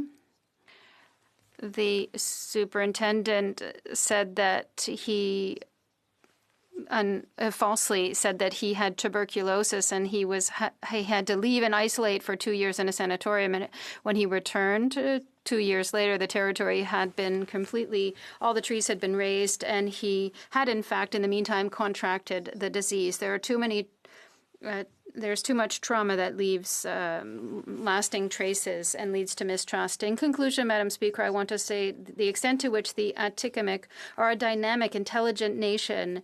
They have lots of knowledge, and their culture is quite amazing. It's worth going to meet them. It's a terrible tragedy that we saw with Joyce Echaquan. And hopefully, this tragedy will lead to a change and an awareness that will contribute to changing mentalities and legislation. Thank you very much, Madam Speaker. It's the honourable member for Nanaimo Ladysmith. Well, thank you, Madam Speaker, and I'd like to thank the honourable member for his speech and for bringing up Joyce Echaquan and the issues around healthcare with First Nations. I had the honor and privilege as a filmmaker before I became a parliamentarian of working on a film for the Hulkaminum Health Hub and working with elders to create a video that was used and is used now to train people that go into the healthcare system as part of their orientation to understand the culture, the Snawaith, the way of life, and the traditional healing techniques that the Hulkaminum people use. And also to teach these healthcare professionals about the history of colonialism, the residential school system, the Indian hospitals. We had an Indian hospital here in Nanaimo, which was an abhorrent place. Lots of horror stories came out of that place as well. And I'd just like to ask the honourable member about the need for education for people working in all fields, but particularly in healthcare, and because of the systemic racism that First Nations people, Indigenous people face in the healthcare system, and how he would see that improving the situation in his riding. Joliette. The Honourable Member for Joliette. Thank you, Madam Speaker. I want to thank the Honourable Member from Nanaimo Ladysmith for his question. I would ask him to send me the information about the documentary. I'd like to be able to watch it myself. Please send it by email. Obviously, there's a way of healthcare that can change the tragedy that we saw with the Manawan community. When I was with my colleague, the member for the North Shore, on the Hill, we met the Atikamekw members who came to hold a vigil a few days after the event, and we heard a number of people say that their mother tongue is not French. They go to the hospital and the doctor speaks to them and he doesn't understand. And he says yes or no. And they, based on keywords that they try to decode. And if there is a death, they wonder if it's their own fault because they misunderstood what the doctor said. Perhaps I misunderstood. Things have to change. The Joliette Hospital has an interpreter, but the night of the tragedy, the interpreter wasn't even called upon. So things have to change so this never happens again, Madam Speaker. For Peace River Westlock. Thank you, Madam Speaker. I'd like to thank the member from Gabriel Ste. Marie for his...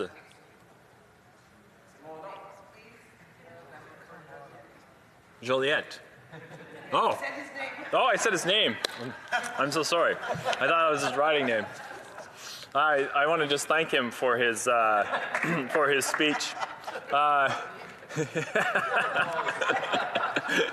read it there earlier. I want to thank him for his speech. I do believe him and I got elected at the same time, and I've had the pleasure of getting to know him over the time. There's always the language barrier. He speaks more English than I speak French, though, so I congratulate him on that. I want to thank him for his speech because he has pointed out that the Liberals, they love to pat themselves on the back and say, hey, we've been doing this most amazing work, and we're going to pass this bill here recognizing this particular day, and yet we see in community there has not been great improvements over the last 5 years. In fact, there has been a lot of things that have gone backwards, and so I want to thank the member for his comments, and I wonder if the assessment that I have made of the Liberals is correct. Thank you, Madam Speaker. The Honourable Member for Joliette. Thank you, Madam Speaker. I want to thank my colleague, who is not from the riding of Fearson, So these are things that happen. I can tell him that obviously we as Francophones, when we spend some years here, like most of the debates happen in English, obviously we learn to speak English. So that may explain why we have a better understanding of your language than you do of ours. Obviously, this is an important bill when it comes to the symbol, and we salute it, but what we must ensure is that we go further than symbols and change the living conditions. We need to ensure that every individual has an equal opportunity. This is the responsibility of the federal government for the First Nations, and there is a lot of work to do to catch up when it comes to the living conditions. Resuming debate. The Honourable Parliamentary Secretary to the Minister of Justice and Attorney General of Canada.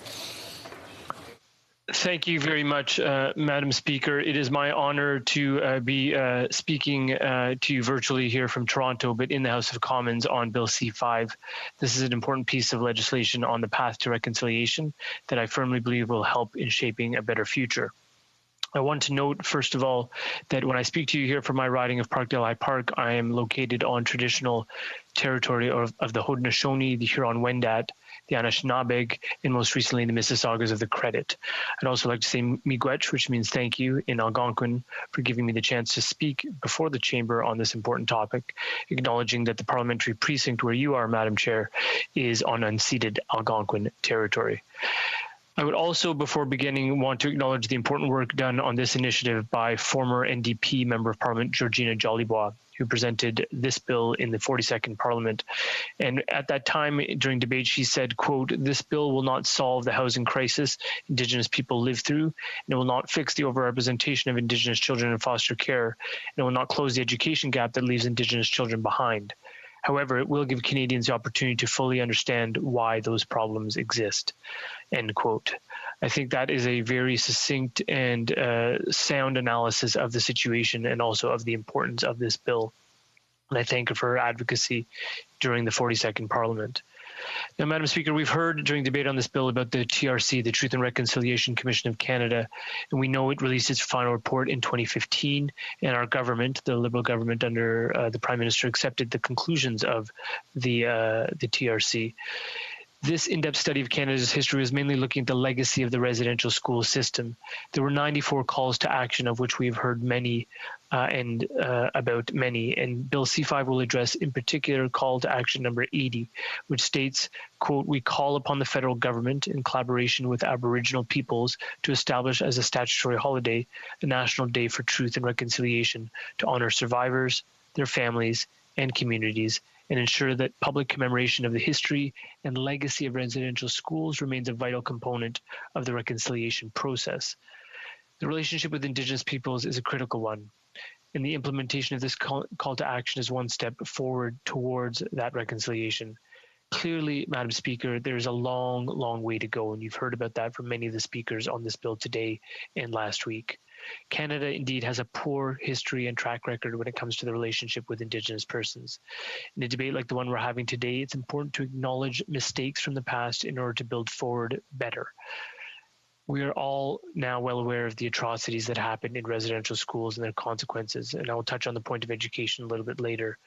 We are aware of generally of the intergenerational impacts on survivors and their families. We're also aware of the consequences of the 60s scoop, Madam Speaker, that it took so many Indigenous kids away from their families. Finally, we're aware of the ongoing systemic racism and systemic discrimination that is still happening in Canada. We saw the heartbreaking video published by Joyce Echaquan during the last minutes of her life, mentioned by the previous speakers from the Bloc Québécois. We know about systemic racism being faced by Mi'kmaq fishers in Nova Scotia as we speak. Fishers that dared to exercise their treaty rights to fish for a moderate livelihood, as upheld in 2 Supreme Court decisions in the Marshall case 21 years earlier. The violence we have seen in Nova Scotia, Madam Speaker, is never acceptable, and the systemic racism we have witnessed in Nova Scotia must be eliminated via leadership on the part of all parties, including law enforcement in Nova Scotia. That is why we need to move forward with all of the calls to action from the TRC. But I want to focus now on Call to Action 80 and urge my colleagues to support this piece of legislation. Now, this piece of legislation talks about September 30th, and we've heard about this, Madam Speaker, in the context of Orange Shirt Day, the current moniker for September 30th. Established in 2013, Orange Shirt Day helps raise awareness about the long-lasting impacts of residential schools and honors the resilience and courage of survivors while focusing on the experience of students at residential schools and indeed those who didn't survive. This day is based on the heartbreaking story of Philip Webstad, which remains unfortunately unknown to many Canadians. For those who aren't aware of it, Phyllis was sent to the mission school out west in 1973. Even though her family didn't have a lot of money, her grandmother bought her a brand new outfit before she had to leave for her first day at school. Part of that outfit was a shiny new orange shirt. Her joy at attending school at the tender age of, I believe, 6 did not last very long. When she arrived at the school, the authorities took away all of her possessions, including her clothes, and that orange shirt, that brand new shirt, was never returned. I had the opportunity to meet Phyllis Webstad in the government lobby during the last parliament, and she talked to me about her story. She also provided me with a copy of her book, and she inscribed it for my children, who at that time were about 3 and 7. They're now 9 and 6. And what I've done since that time is read to my kids that story periodically and educate them about this very basic concept. And during this pandemic, I can tell you the anticipation that my children had on returning to school was at a very high level. But the notion of them being prevented from wearing something that I or my wife might have purchased for them really hit home to them as a visceral example of the injustice and unfairness of the residential school system. I'm glad my kids are learning about this, but the point isn't just about Phyllis's book or about my children. It's about all children and all of us as Canadians learning about this important story. We know that Phyllis at the age of 27 started a healing journey, and since then she's been able to share her story. But that story needs to be shared widely. And also, we have to think about the unshared stories, the stories of those who didn't come out of that mission school, who never returned from residential school, or those who have never found their voice or had the courage to tell it the way that Phyllis has. That's why this is such an important initiative. Now, I want to acknowledge that there are those who push the envelope on the part of reconciliation and Indigenous awareness all the time. I'm proud to call many of those my constituents in Parkdale I Park. There are many people who are actively engaged at a local level, community by community around this country on reconciliation. People who speak to me about the pace of reconciliation, that it needs to be hastened. People in my riding who speak to me about the legacy of residential schools. I've been heartened by the fact that children in my riding at a very tender age are already learning about this in their classrooms, which is critical because that's not learning that I ever received in the 1970s or 1980s as a young student here in Toronto. I'm also heartened by the fact that people are aware of the territory we are on here in Toronto, the naming of the streets and how that was occasioned in places in and around High Park, things like blanket exercises, and even things like magnificent Indigenous murals and art that decorate parts of my riding, including the beautiful mural by Philip Cote at the corner of Roncesvalles and Garden. While there are those who are aware, Madam Speaker, in my community, throughout the city and throughout this country, there are still far, far too many who are unaware, and that's what this bill clearly seeks to address. So let me talk a bit about education at this point.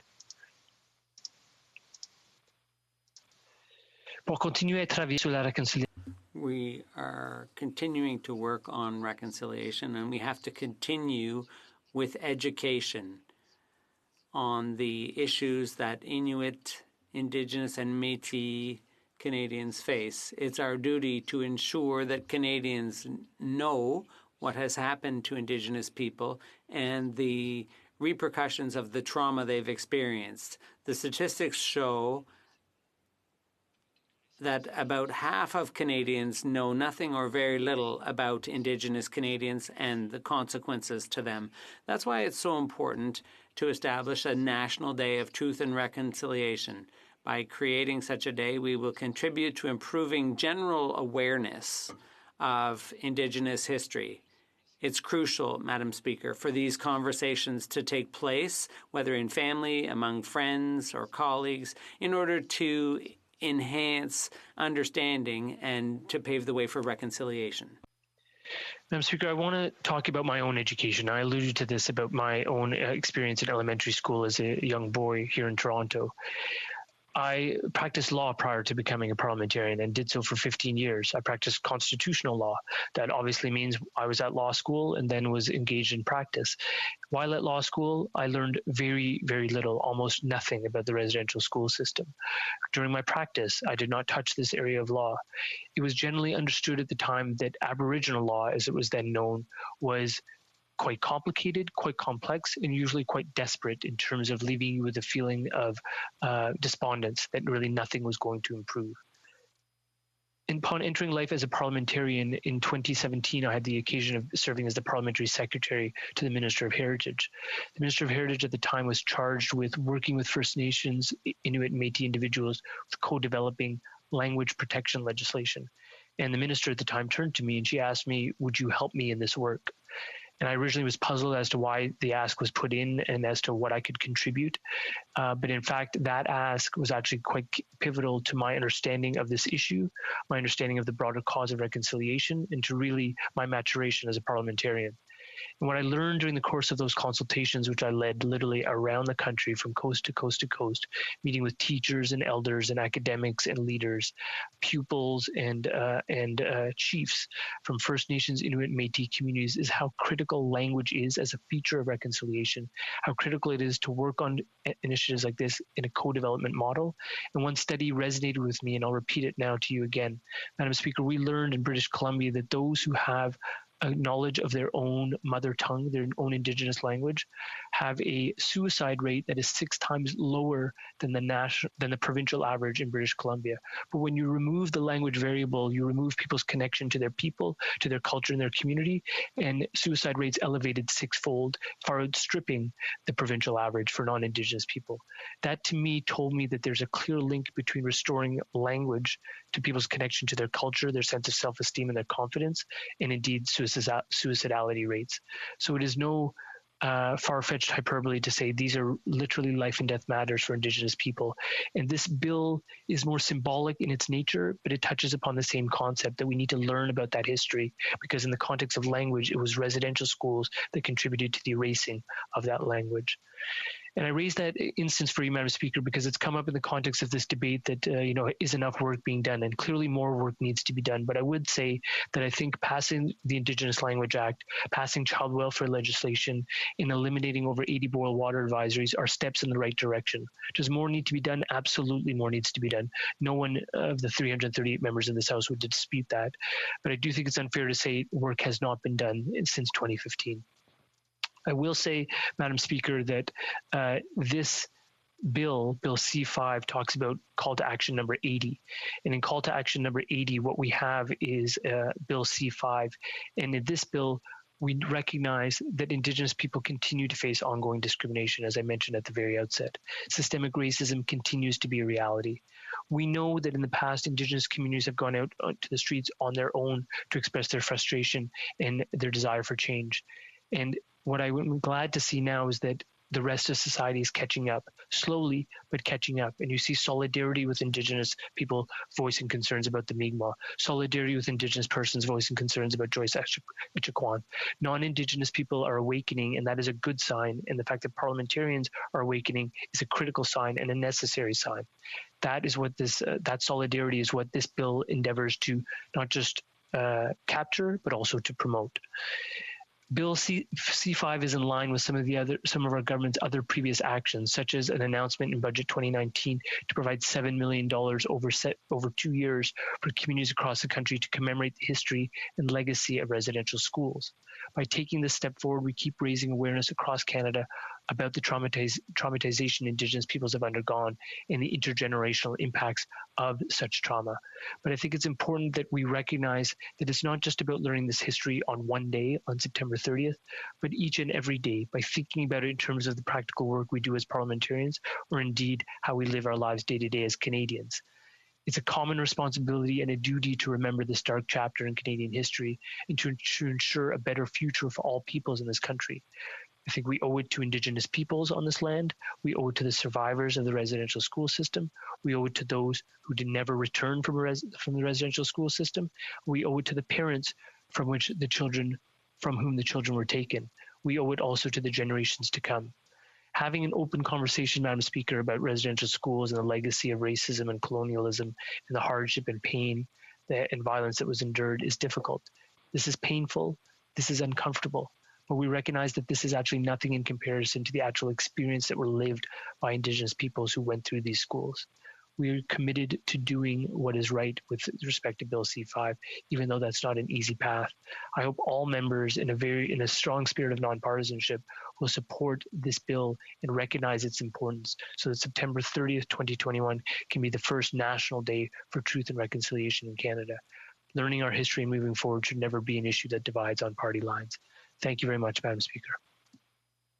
Questions et commentaires, questions and comments. The Honourable Member for Peace River West Loch.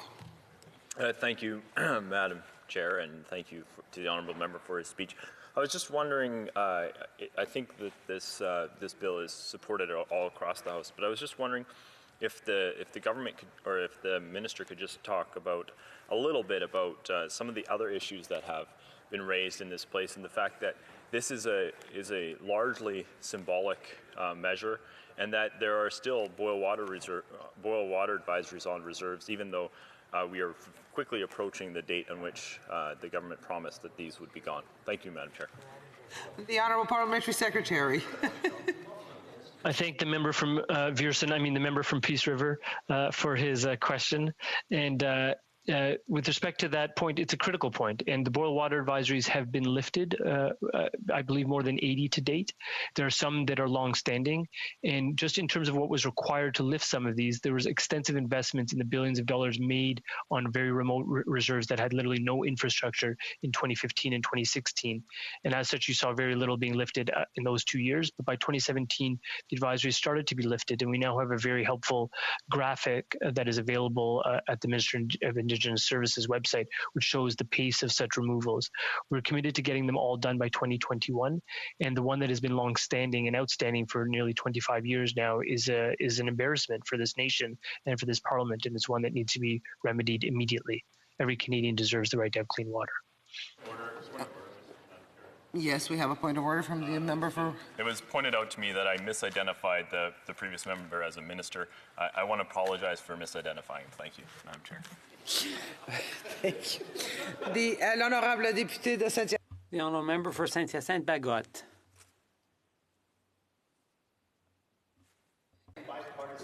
Rimouski-Neigette, Témiscouata-les-Basques, Madame la Présidente. Rimouski-Neigette, Témiscouata-les-Basques. Oh, I was so sure of myself. Yeah. So, thank you, Madam Speaker. I'd like to thank my colleague from High Park for his speech. I sensed an openness, but what I'd like to know is, I'd like to hear what his experience was at Heritage Canada. He talked about Action 81, Call to Action 81, which aimed to have a monument created to the residential school system. Has the government considered purchasing any land? How many officials are currently working on Call to Action number 81? The Honourable Parliamentary Secretary. I'd like to thank the member for Rimouski for his question. I can't give him the details he's looking for at the moment. Obviously, a very public commitment was made to accept all the recommendations of that commission, so that includes number 81. But I can't give him any details. I don't have those right now, but I could perhaps answer later. And I would encourage him to discuss that with the Minister of Canadian Heritage and the Parliamentary Secretary. Thank you. Very much, Madam Speaker, and we heard the honourable member speak at length with quite some passion about his constituents in Parkdale High Park as being defenders of inherent Indigenous rights, and yet he also spoke about the long path, the long road to reconciliation, and in fact it's been reported today that near my community, the Haudenosaunee, that road to reconciliation is under construction. So my question through you, Madam Speaker, to the honourable member from Parkdale High Park is he willing to join me next Friday in visiting the Haudenosaunee land defenders to help them defend their inherent rights against their land extinguishment and against the futures of their children there? Well, Parliamentary Secretary. So I thank the member from Hamilton for this question and welcome him to this House officially. I know it's been about a year now, but this is the first question I've received from him directly. And I would say to him, with respect to what's going on with the Haudenosaunee, I'm very familiar with the situation. Anyone who lives in Ontario is, and how long-standing that dispute has been. And I'll say that I share his frustration insofar as the response that we're seeing to Haudenosaunee land defenders repeatedly, and what they've received on the part of law enforcement stands in stark contrast to law enforcement's reaction when the tables were reversed with respect to the Mi'kmaq, who were seeking to exercise constitutional rights and were not receiving the same level of protection that they felt was merited. That is a disconnect and a contradiction that must be remedied in Canada, no matter where it rears its head. And I fully appreciate the situation, the sensitivities of the situation with the Haudenosaunee and what they are facing with respect to all of the Six Nations, whom I consulted with extensively on that Indigenous Language Act that I mentioned earlier in my speech. Thank you. Honourable member for Nanaimo, Ladysmith. Thank you, Madam Speaker, and I appreciate the speech from the honourable member. And I too would like to ask him about the Haldimand Tract and the treaty and the Haudenosaunee people. My sister is Indigenous. She spent 6 years in Caledonia as a frontline officer with the OPP. She now has a degree in Indigenous law with a focus on Indigenous law. And there is a treaty in this place, the Haldimand Treaty, and the Haudenosaunee people want that treaty respected. And I'd just like to ask the honourable member what he thinks the role of the federal government is in fixing this situation and meeting those demands. The Honourable Parliamentary Secretary.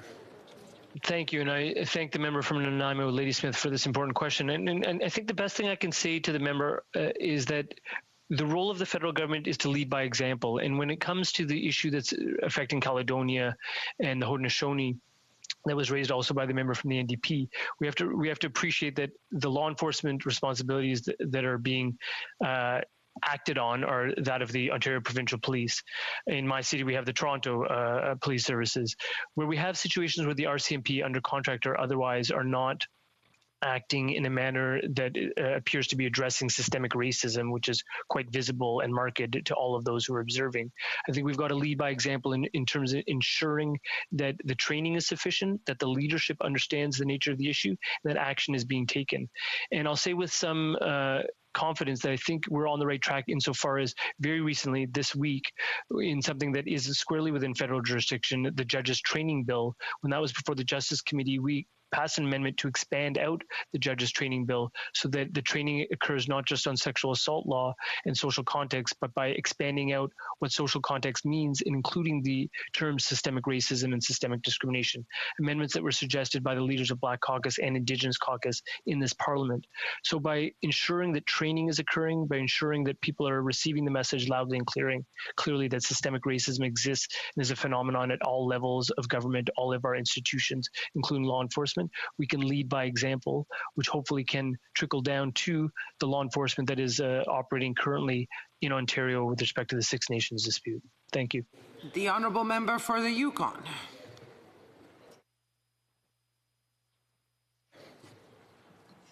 Thank you, Madam Speaker. And I'm not going to ask a question. I'll just let the member carry on because he has so much to offer. I want to say he's one of the most amazing members of Parliament I've ever met and done so much for human rights. And he's totally right that we didn't hear anything in the education system. That's why this is so important today. I want people that are watching on TV to think about, what if someone came today and took your children away? What if they said they were coming and you wouldn't see them back until next summer? What if they didn't come back? Or what if they came back damaged? You can't imagine the pain, the suffering the effect that would have on you, whether you yourself would survive if someone took your children away. I think that's enough in itself, that why it's absolutely essential that this pass and we give recognition to truth and reconciliation. Merci, Joe Guinness-Cheese. The Honourable Parliamentary Secretary. So I thank the member from Yukon, and I actually know him as a father as well as I am, and I'll say to him quite clearly that my most visceral understanding of the residential school system came as a South Asian man with a South Asian wife who tries pretty inelegantly to teach Hindi to his kids. And I thought about how my wife aren't very successful at this endeavor, but when I tried to explain it to my kids, that the problem that Dene or Sioux or Cree kids had is that not that their parents weren't good enough at teaching them, is that they were actually beaten and hurt if they dared to speak their language at a school that was kilometers away from the place they called home. That's something of a completely different order in terms of the obstacle that was put in place with those children, and the impacts of that kind of system continue to be felt. That's what motivated me so much on the Indigenous languages work and really opened my eyes.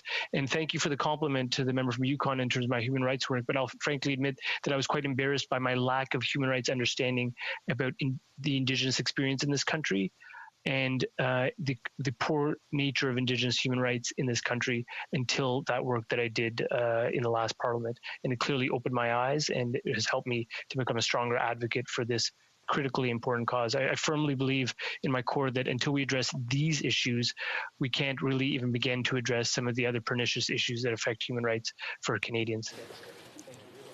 Resuming debate. Is the House ready for the question? The question is as follows. Mr. Guilbeault, seconded by Mrs. Schultz, moved that Bill C5, an act to amend the Bills of Exchange Act, the Interpretation Act, and the Canada Labour Code, National Day for Truth and Reconciliation, be now read a second time and referred to the Standing Committee on Canadian Heritage. Okay.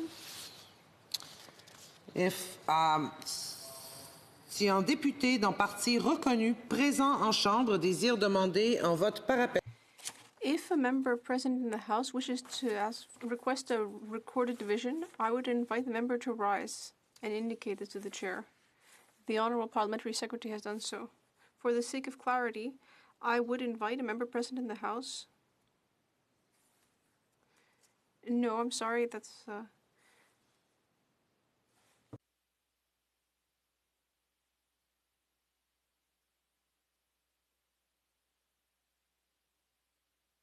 C'est ce que je demandais.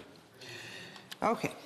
So for the sake of clarity, I would invite a member present in the House to rise to indicate if the motion is agreed to on division or to request a recorded division. Madam Speaker, I would request a recorded vote, please. Therefore, accordingly and pursuant to standing order made on Wednesday, September 23rd, 2020, the division stands deferred until Monday, November 2nd, 2020, at the expiry of the time provided for oral questions. Okay. We're done. The Honourable Parliamentary Secretary. I suspect if you were to canvass the House, you might find unanimous consent to call it 1:30 at this time so we could begin private members' hour. Do we agree? Is it agreed? So, it being now 1:30, the House will now proceed to the consideration of private members' business as listed on today's order paper. Private members' business, consideration at second reading stage of Bill C-204, an act to amend the Canadian Environmental Protection Act 1999. Final disposal of plastic waste in the name of Mr. Davidson. Deuxième lecture du projet de loi C-200. Second reading of Bill C-204. Mr. Davidson, seconded by Mr. Albus, moves that Bill C-204, an act to amend the Canadian Environmental Protection Act 1999, final disposal of plastic waste, be now read a second time and referred to the Standing Committee on Environment and Sustainable Development. Debate. Member for York Simcoe.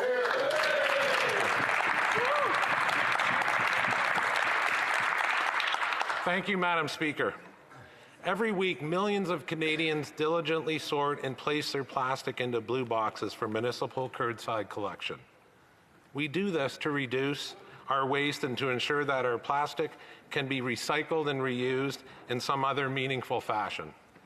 However, despite our best intentions, and to the surprise of most, only 9% of plastics Canadians put in their blue boxes ever actually gets recycled domestically. Most of the rest is exported, piled up in a landfill, dumped in the ocean, burned, or otherwise discarded into the environment. Because of this, our plastic is ultimately ending up in the food we eat, in the air we breathe, and the water we drink. This is having a considerable impact on our health and the health in the environment, and if not addressed, Madam Speaker, threatens our future. The proposed legislation before us today, Bill C-204, an act to amend the Canadian Environmental Protection Acts, seeks to address these serious concerns by prohibiting plastic waste intended for final disposal from being exported to foreign countries. Madam Speaker, for too long, Canada has been sending its plastic waste for other countries to deal with. Of the 380,000 tons of plastic waste collected in Canada in 2018, more than 1/4 was exported to foreign countries for processing. Between 2015 and 2018, almost 400,000 tons of plastic waste was sent to Thailand, Malaysia, Vietnam, India, Hong Kong, China, and the United States. Unfortunately, many of these countries lack the capability and regulatory waste management standards to ensure that plastic is properly disposed of. As a result, these plastics are all too often landfilled, illegally dumped, or incinerated, allowing them to enter and negatively impact the environment. In late 2017, China, which had for a long time been the primary market for plastic waste from Canada and other countries, adopted much higher standards for imported recyclables. After handling nearly half of the world's recyclable waste for over 25 years, China effectively banned the practice, resulting in Canada and other Western nations turning to developing countries in Southeast Asia and elsewhere to handle their plastics. It is common practice for certain businesses in these developing countries to import plastics for the purpose of recycling, only to dump them in a landfill or incinerate them. This is more likely to occur when plastics are poorly sorted, mislabeled, or otherwise contaminated, making it more difficult to recycle properly. The direct and indirect effect this is having on the environment is a serious concern. When plastics are dumped in unmanaged landfills, the waste leaks into the natural environment. The incineration of plastic waste also contributes to a significant amount of greenhouse gas emissions and may result in the emissions of toxins that threaten both humans and the environment alike. Investigations into the export of plastic waste to developing countries has found that this sort of mismanagement is all too common, with few controls to ensure that the imported plastic is being handled appropriately. In September 2019, CBC Marketplace highlighted the conditions of a small northern Malaysia village of Ipoh, who had become a primary destination for the processing of Canadian plastic waste. The report describes how towering heaps of burning plastic garbage, chemical and microplastic runoff polluting local waterways, and mountains of poorly contained Canadian plastic. The residents of Ipoh were outraged by the invasion of foreign plastic waste and the impact it was having on their health and the local environment. Pleading, they said, quote, "We don't want to become the next cancer village." This is just one example of a situation that is becoming all too common. Many developing countries are now rejecting plastic waste imports from abroad, having struggled to properly manage the sheer quantity of plastics coming from around the world since China's ban took effect. The substantial increase in plastic waste to these developing countries is having a devastating impact on the environment and the population. Most Canadians were alerted to this pressing issue last year when after prolonged diplomatic dispute, Canada repatriated thousands of tons of non-recyclable waste from the Philippines and Malaysia at a significant cost to Canadian taxpayers.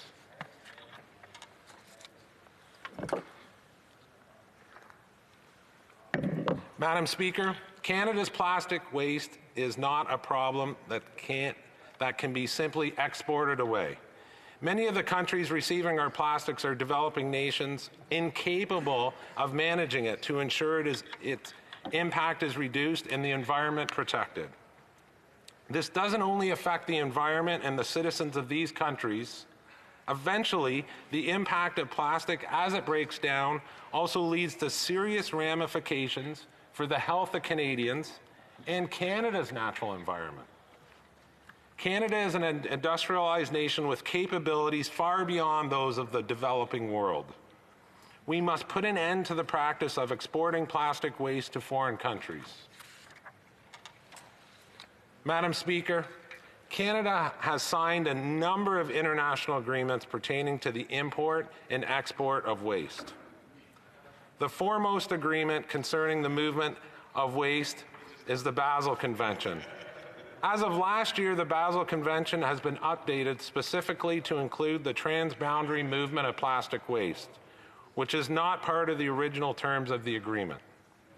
This change was made in direct response to the rapidly increasing levels of plastic waste around the world and its known impacts on human health and the environment.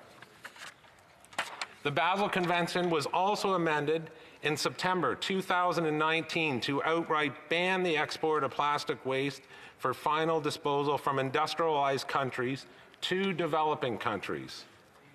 No participating country is beholden to this amendment unless they elect to ratify and accept it.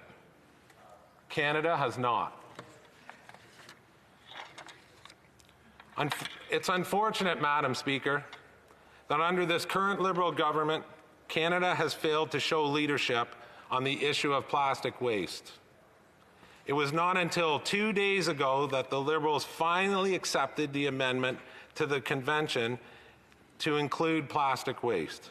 A year and a half after the amendment was made and only after 186 other countries had already agreed to it.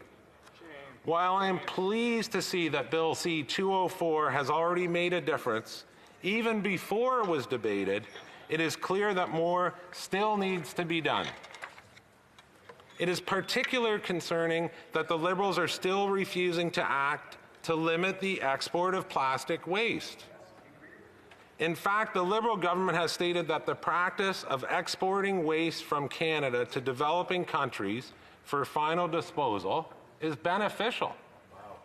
This is an outrageous position to take given the significant negative impacts of plastic waste has on developing countries and on the environment. Last year, even the Liberal-dominated Standing Committee on the Environment recommended that Canada prohibit the export of plastic waste to be landfilled in a foreign country. The government did not respond. Clearly, Canada needs to step up. And that is exactly what Bill C-204 proposes to do. Madam Speaker, Bill C-204 will put an end to Canada's practice of exporting plastic waste to other countries through a modest amendment to the Canadian Environmental Protection Act. This is achieved by explicitly prohibiting the export of plastic waste to foreign countries for final disposal, something that is still currently permitted under the existing regulation. The definition of plastic waste outlined in the accompanying schedule is derived straight from the Basel Convention annexes. Likewise, final disposal is specifically defined. It is a specifically defined term, meaning operations that do not lead to the possibility of resource recovery, recycling, reclamation, or alternative reuse. This ensures that legitimate, sustainable, and environmentally sound exports of plastic waste are not prohibited. Finally, Bill C-204 brings these changes in line with the rest of the regulations in this section of the Canadian Environmental Protection Act, giving the minister the ability to add or remove plastics from the prohibited list and applies fines and penalties against those who contravene it. Through these reasonable changes, the export of plastic waste for final disposal from Canada to other countries will finally be prohibited. Madam Speaker, while other countries are taking action on the issue of exporting plastic waste, Canada is falling behind. Comparative nations are implementing stricter domestic laws to control the export of plastic waste, just as Bill C-204 proposes. In Australia, the Recycling and Waste Reduction Bill 2020 has been introduced in Parliament by their government, which will phase in the end of 645,000 tons of plastic and other waste that Australia ships overseas each year. The government of the United Kingdom has made a similar commitment, pledging to ban the export of plastic waste to non-OECD countries and impose tighter restrictions on all outgoing waste. This is in addition to the other 98 countries that have already ratified the Basel Ban Amendment to prohibit the export of waste to developing countries. But even as Canada falls behind, while other governments and jurisdictions around the world are taking action, there's hope, Madam Speaker. Canadian industry and small businesses are stepping up to address the issue of plastic waste. One of these companies, Cielo Waste Solutions out of Aldersyde, Alberta. Cielo uses a unique advanced refining process to take all types of plastic and convert it into renewable diesel fuel. This innovative process significantly reduces Canada's plastic and landfill waste and lowers our country's reliance on imported diesel. They aim to build over 40 refineries across Canada and would convert over 3,000 tons of plastic waste a day into renewable fuel, diverting over 1 million tons of waste from landfills and foreign exports per year. Another innovative company is Goodwood Plastic out of Studiac, Nova Scotia. Goodwood's plastic is a post-consumer plastic waste. Takes post-consumer plastic waste, including plastic bags, old fishing line, and turns it into tough, flexible, and long-lasting lumber. Their products could replace wood that we use in post, in guardrails, and even in small craft harbor docks, and countless other uses, all while reducing plastic waste.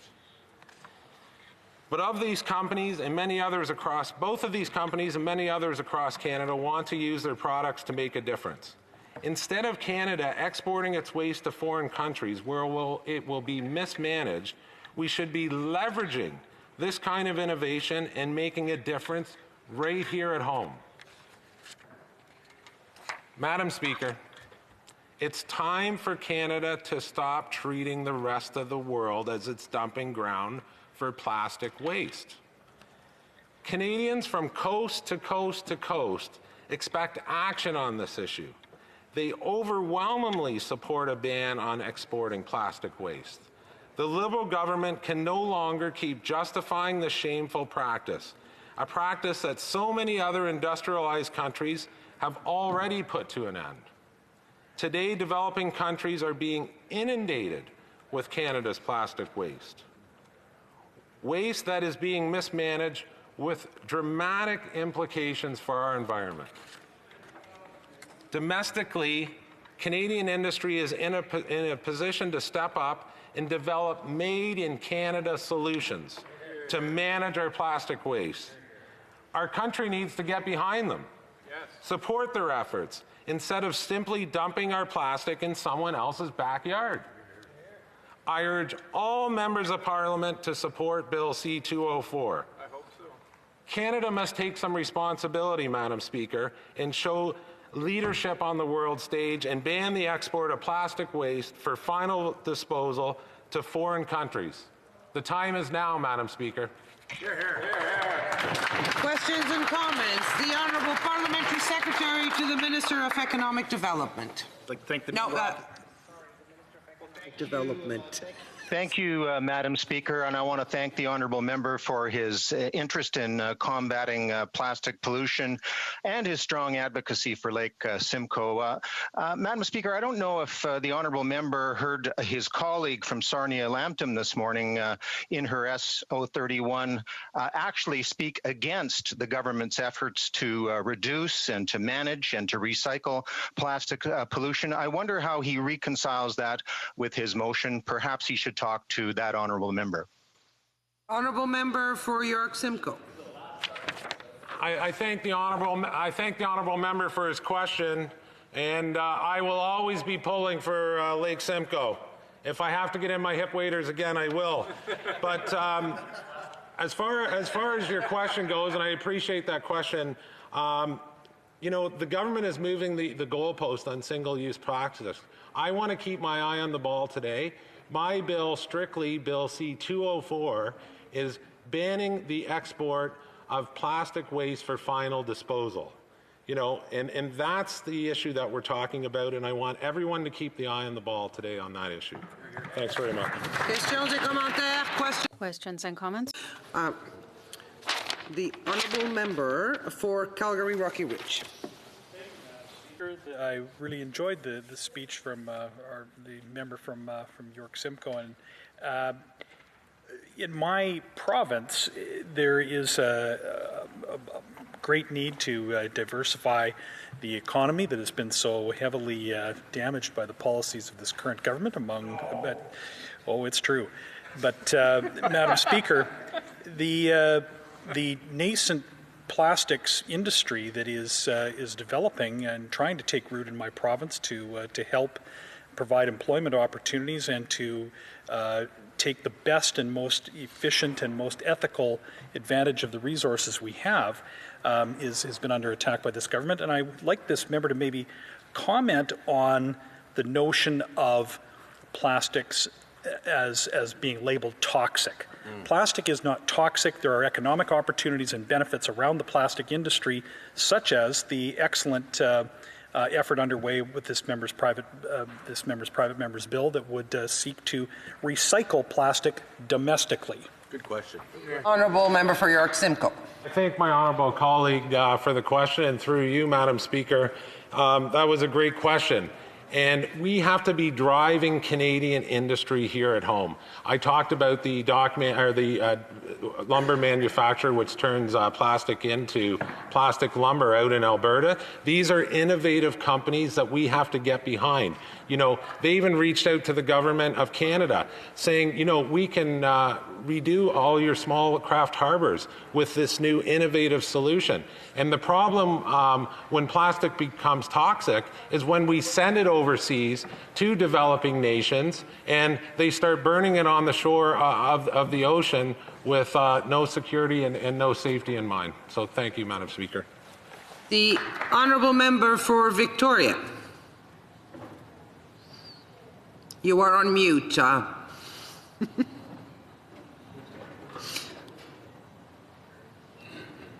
Can't hear you.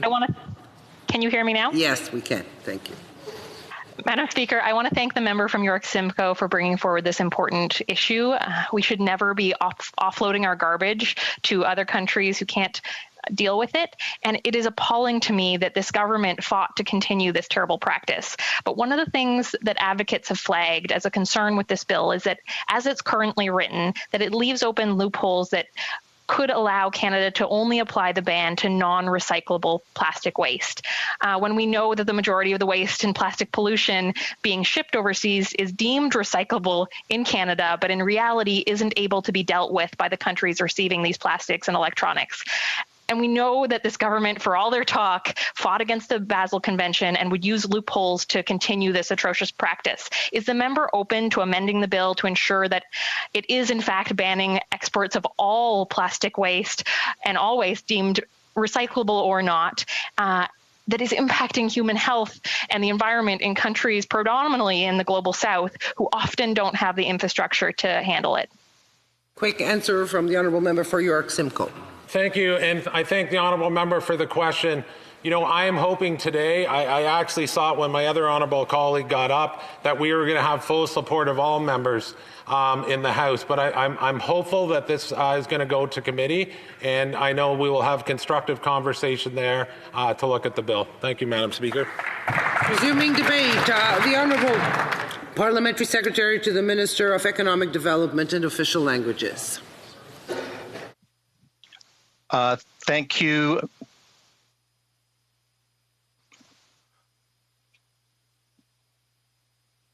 Sorry, Madam Speaker.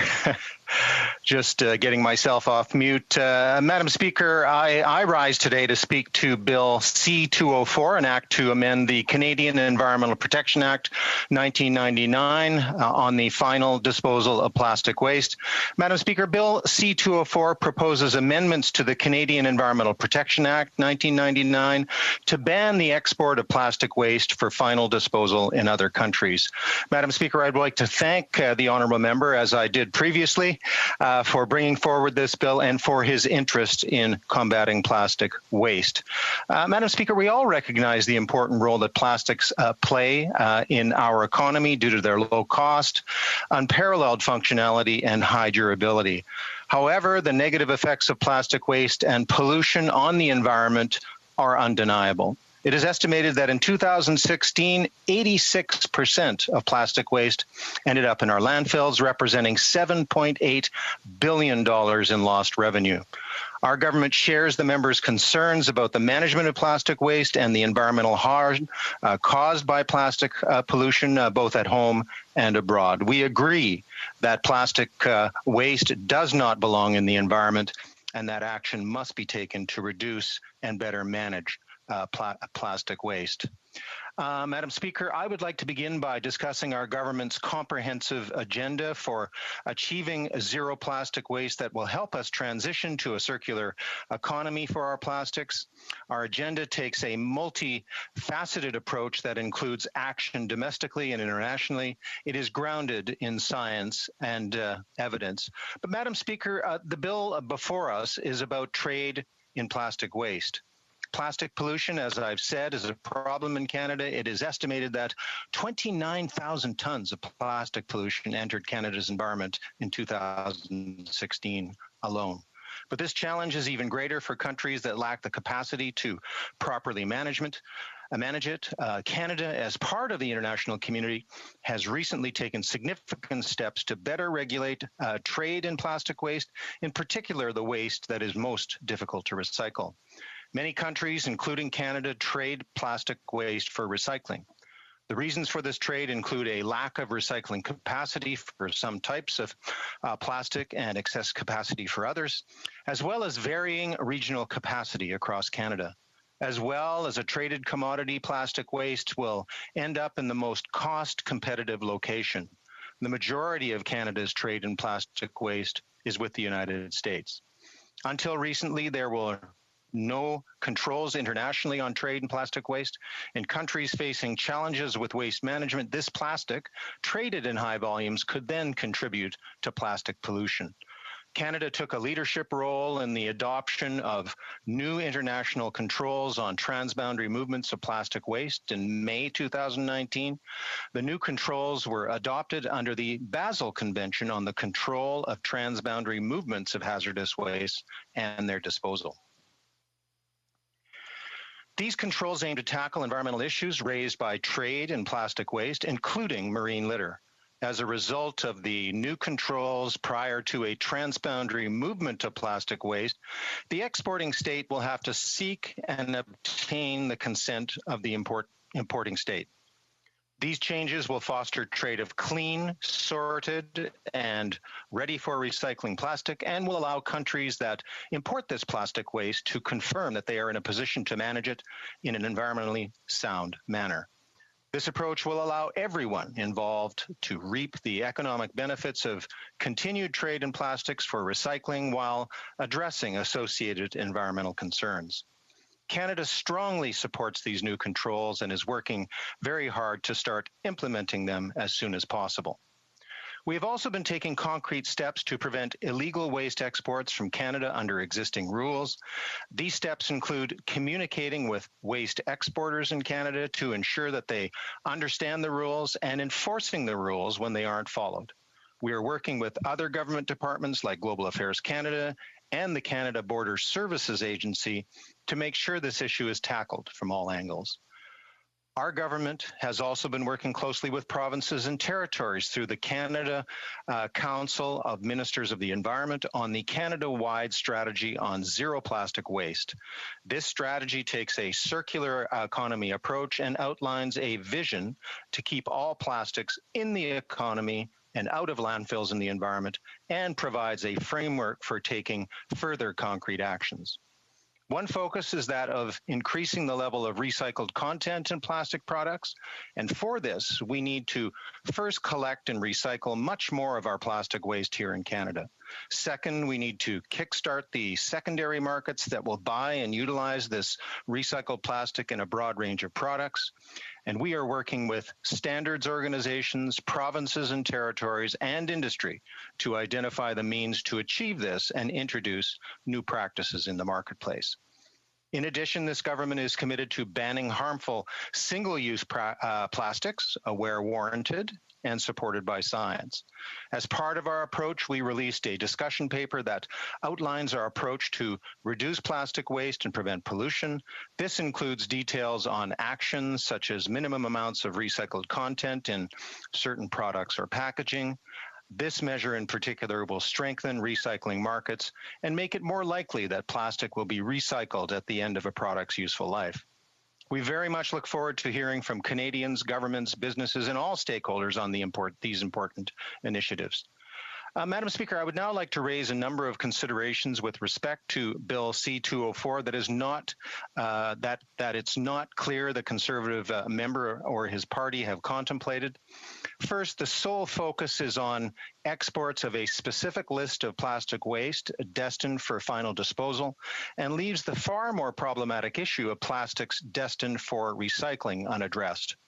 Unlike the government's comprehensive agenda, I'm wondering if my Conservative colleague considered that this bill targets many substances that would not commonly be considered plastic, and that it would not reduce volumes of plastic waste exported for recycling to countries that do not have the capacity to effectively recycle highly mixed or contaminated plastic waste. Has my Conservative colleague considered that in practical terms? The bill would also prevent the exports of municipal solid waste to the United States to the extent that such waste contains plastic that is on the bill's proposed list of plastic waste. Trade in municipal solid waste between Canada and the United States is a long-standing practice with environmental controls. Limiting such exports would put pressure on provincial and territorial landfills. The United States might also object to such a restriction. And just heading towards the end of my remarks, Madam Speaker, I would also note that a significant amount of all waste in Ontario, both household, industrial, commercial, and institutional, is shipped to the U.S. for process and or proper disposal. Madam Speaker, I urge my Conservative colleague to consult with provinces, municipalities, and companies on this bill and take great care in fully assessing its implications.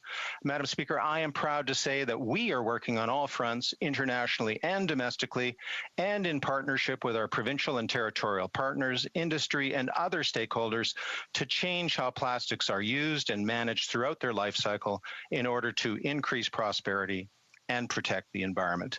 I thank the honourable member. I thank you, Madam Speaker. Resuming debate, the honourable member for Repentigny. Thank you, Madam Speaker. And I will say that the bill put forward by the member for York-Simcoe has the support of the Bloc Québécois. And we're happy because it gives us an opportunity at the same time to discuss, at least in part, how far government intervention should go when it comes to plastics, because we have to say things as they are. We should be alarmed by the whole plastic situation in Canada. 86% of the population are concerned about the impact of plastics on the environment and the level of pollution, and like the member of York-Simcoe said, also on health.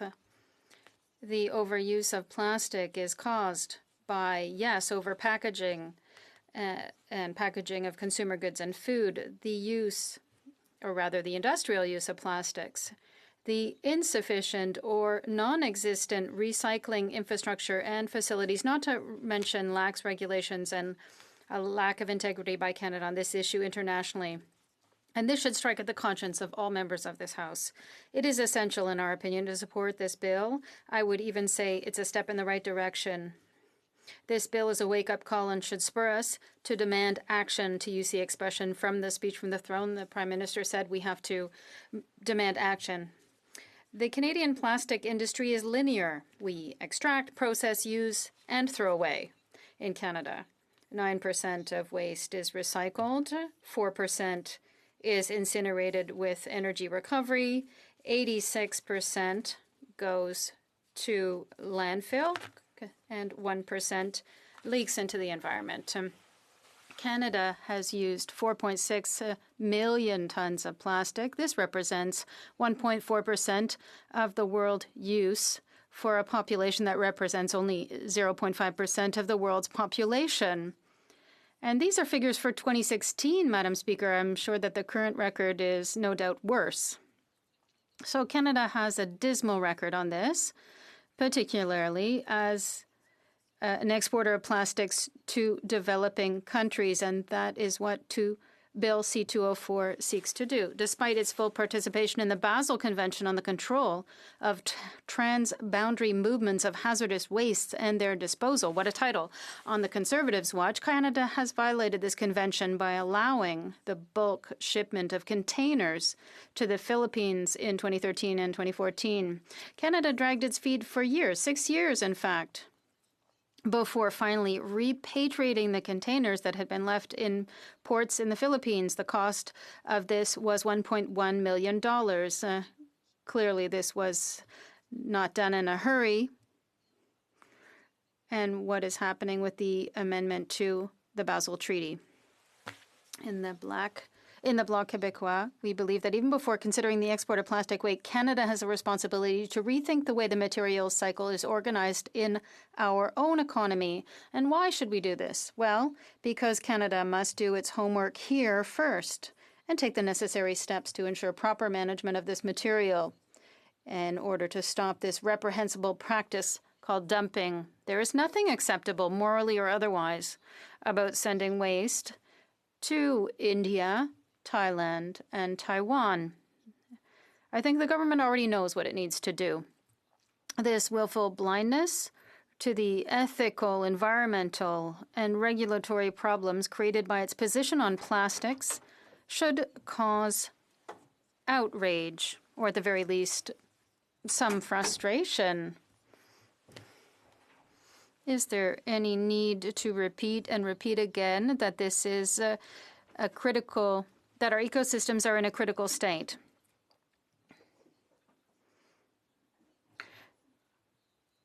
I wanted to say that in contrast with the prevailing linear economy of plastic use in Canada, there is also the circular economy.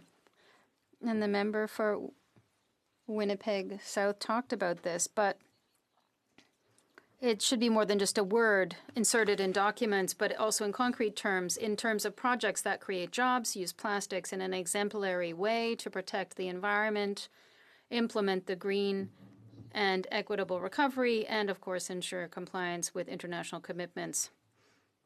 Those are all pretty good arguments for going ahead with this. We recognize that work has been done. Recyc Quebec is already committed with its partners in a process that aims to move away from the linear model towards implementing systems of production, exchange, and use based on the circular economy model. And Quebec is on the right track to accelerate this transformation with the Institute for the Environment, Sustainable Development, and the Circular Economy, where researchers, experts from the University of Montreal, HEC, and Polytechnique are innovating. The École Polytechnique is particularly active on the issue through its International Reference Center for the Life Cycle of Products, Processes, and Services, also known as CIREG. The federal government should consider establishing links with this Quebec Centre of Expertise because CIRIG already provides governments and businesses with consulting services and solutions in this area. The honourable colleague from Laurier Sainte Marie knows the issue very well. Unfortunately, it seems he is unable to communicate the urgency of the situation within his own caucus. He acknowledged in June 2019 that, and I quote, "the crisis with China, Malaysia, and the Philippines will force us to find solutions and to stop exporting our problems elsewhere." The honourable colleague is also fully aware of the fact that the plastic sent to Southeast Asian countries is burned to produce energy, with all the environmental consequences of that, which are well known. During the G7 meeting held in the magnificent Charlevoix region, where Canada, along with 4 other major economies, signed a charter according to which they would commit by 2040 to reuse, recycle, or burn all plastics produced on their territories. An action plan for the implementation of a circular economy is already in place under the authority of the European Commission and includes not only the scourge of plastics, but also textiles, packaging, batteries, and electronics products. What is Canada doing? Could the government stop this reprehensible practice of making promises and commitments to the public and the international community when it fails to act on them? Because, know this, a timid ban on single-use plastic products, however warranted, is an unambitious drop in the bucket of what needs to be done to properly manage plastics waste. We know that the pandemic has brought these items back into use. So when we talk about a ban by 2021, well, it doesn't seem very feasible.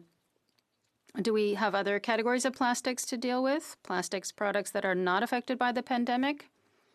I haven't heard anything about that. Do we have an industry-by-industry plan to wean them off plastics? I haven't heard anything about that either. Madam Speaker, the annoying thing is that the Government of Canada, under Liberal leadership since 2015, is well aware of the state of affairs when it comes to plastics, and all the more so since they brought on board a renowned environmentalist. Its refusal to halt plastic waste exports is nothing short of irresponsible and immoral.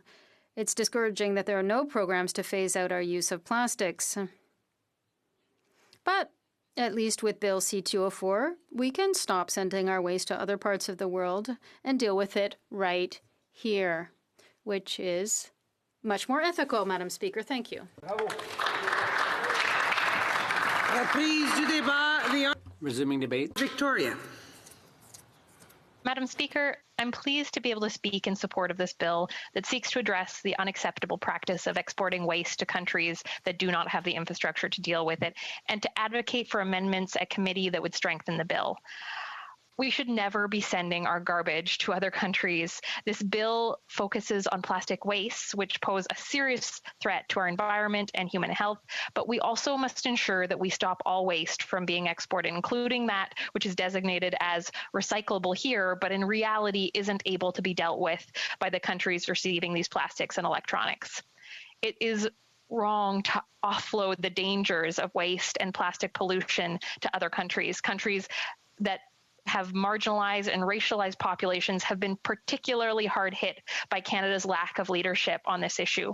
We are causing so much harm to human health, to the informal waste workers in these countries breathing in the fumes of burning plastics, to the children picking through this waste, to the communities who experience the effects of toxic pollution, communities which often don't have the capacity to deal with the waste. Also, the impacts on the environment and oceans have been severe. So banning plastic waste exports is one important step, but we must also ban all waste exports. And most importantly, we need to reduce the amount of plastic waste that we produce to begin with by banning single-use plastics, implementing producer accountability, and working towards a zero-waste Canada. The people in my riding of Victoria care deeply about this issue of plastic waste, and so do many Canadians across the country. 79% of Canadians believe we should manage and dispose of our own waste and recycling. But Canada's record is an embarrassment. In 2018, Canada shipped more than 44,000 tons of plastic waste to other countries. In 2019, Canada spent more than $1.1 million to bring 69 containers of illegally shipped garbage back from the Philippines, only after the Philippine president threatened to declare war on Canada and cut off diplomatic ties if we didn't. And this year, the Malaysian government has sent 11 shipping containers of plastic garbage back to Canada. This government has not been transparent about how much garbage is being returned from other nations or the cost of returning it. Since 2016, Canada has been part of an international treaty that requires permits to ship garbage to other countries that consider it a hazardous substance. But not a single permit has been issued since 2016, even though multiple shipments of Canadian garbage have been discovered in foreign ports in countries such as Malaysia and Cambodia. And when it comes to the Basel Convention, which regulates hazardous waste exports, Canada opposed the important Basel ban amendments that would ensure countries don't offload their waste to countries in the global south. Luckily, it was ratified by enough other countries that showed leadership, but Canada then delayed ratifying and implementing this important amendment. So why is Canada still shipping so much plastic waste to other countries? The reality is that, like many other wealthy countries, we actually have limited ability to recycle plastics and have relied on foreign nations for decades. China used to be the world's largest plastic waste importer, but they stopped accepting most imports in 2018 due to high levels of contamination and cited the costs had grown to outweigh the benefits. Since then, Canada has had to try to find new places to send recyclables and waste. And there are very few markets here in Canada for the material. Only about a dozen companies recycle or burn plastic waste domestically. So much of the plastic waste has been shifted away from wealthier nations who account for 2/3 of the global consumption of plastic material to places like Indonesia, Malaysia, Cambodia, the Philippines, and Thailand, where governments are now facing a huge amount of both legal and illegal materials and are contemplating or implementing bans of their own.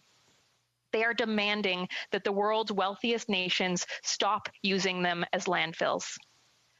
It's clear that we need to stop exporting our waste, but we also need to stop producing so much waste. Canadians are among the biggest creators of waste in the world, around 2 kilograms per person every day. Almost half the plastic waste produced in Canada is from packaging. Poor management of plastics across their life cycle, as well as improper disposal, has resulted in large amounts of plastic waste entering the plastic pollution. By the government's own estimates, of the 3 million tons of plastic waste disposed by Canadians every year, only about 9% is recycled. An estimated 29 kilotons of plastic waste are discarded outside of the normal waste stream through direct release into the environment or through dumps or leaks. I think most Canadians are shocked when they hear how little of our plastic waste actually ends up being recycled. We need to ensure we can safely deal with our plastic waste here in Canada. Dealing with our waste does not just mean disposing or recycling it. It should also involve meeting waste reduction targets and working towards a zero waste Canada. And in order to do that, producer accountability when it comes to the production of plastics is crucial. Canada is beginning to make some progress on managing our plastic waste, but there's clearly still so much work to be done. I'd like to take a moment to recognize my NDP colleague, Gord Johns, who has been a champion on this issue. And I also want to recognize former NDP MPs Murray Rankin, Nathan Cullen, Megan Leslie for their great work to reduce plastic waste and pollution. It was after months of pressure from the NDP in 2019 that the Liberals finally agreed to ban single-use plastics by 2021. But the government recently released the list of items to be included in that ban: grocery checkout bags, straws, stir sticks, six-pack rings, plastic cutlery, and food takeout containers made from hard-to-recycle plastics. While this is a start, it still does not address the large chunk of plastic packaging and other plastic waste. While municipalities with overflowing landfills continue to grow, rather than wait for leadership from the Liberal government, many have moved ahead with their own measures to reduce plastic waste. The City of Victoria has been a leader on this issue, implementing its own ban on single-use plastic bags. And I want to give a shout out to Surfrider here in my community, an organization that spearheaded the Ban the Bag campaign. But they also do important work in our community cleaning up ocean plastics. Specifically on the issue of exporting waste, the Liberal government has been dragging their feet. They were previously dismissive of the idea of banning plastic waste exports entirely. Only after Australia planned to ban plastic waste exports in 2019 did the Liberals say they would look at what else Canada could do to reduce the amount of Canadian garbage that's ending up overseas. And they initially, as I mentioned, refused to sign on to the important amendments in the Basel Convention. Parties to this convention agreed by consensus to the amendments in 2019, but Canada continued to fight against these important amendments. And when it was formally notified, the United Nations in March 2020, that Canada's laws would not be in compliance, they asked for continual delays. Environmental scientists and anti-plastic waste advocates have criticized the gap between the government's efforts to present itself as a leader on plastic waste and its actions. And Canada has continued to come under fire for continuing to send plastic waste to developing countries. I support the bill to ban plastic waste exports. It's important. It needs to be strengthened at committee, and it is only one step. We should not be using other countries as landfills for any kind of waste. And we need to do more to manage the problem of plastic waste. It poses a serious threat to our environment, to our health, not only here in Canada, but around the world. That means not just better management of waste, but working to reduce the amount we produce in the first place. I would like to see stronger legislation on banning single-use plastics and producer accountability. We need federal leadership and a clear plan to get us to a zero-waste Canada. Resuming debate, the Honourable Member for Central Okanagan, Similkameen Nicola. Thank you, Madam Speaker. And over my time in this place, I have developed a great passion for private members' business. In the 41st Parliament, I was successful in having my own private members' bill passed. And even though my bill was passed and supported unanimously, I'm also aware of the tremendous amount of time and effort it takes to move private members' bill forward, even when you have a bill that is supported.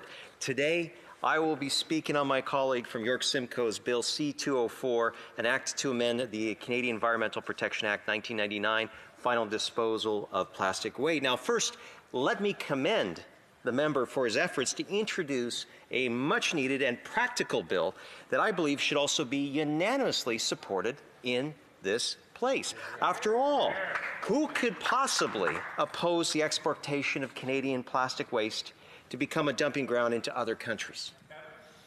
As many have said about this bill, supporting it would be a no-brainer.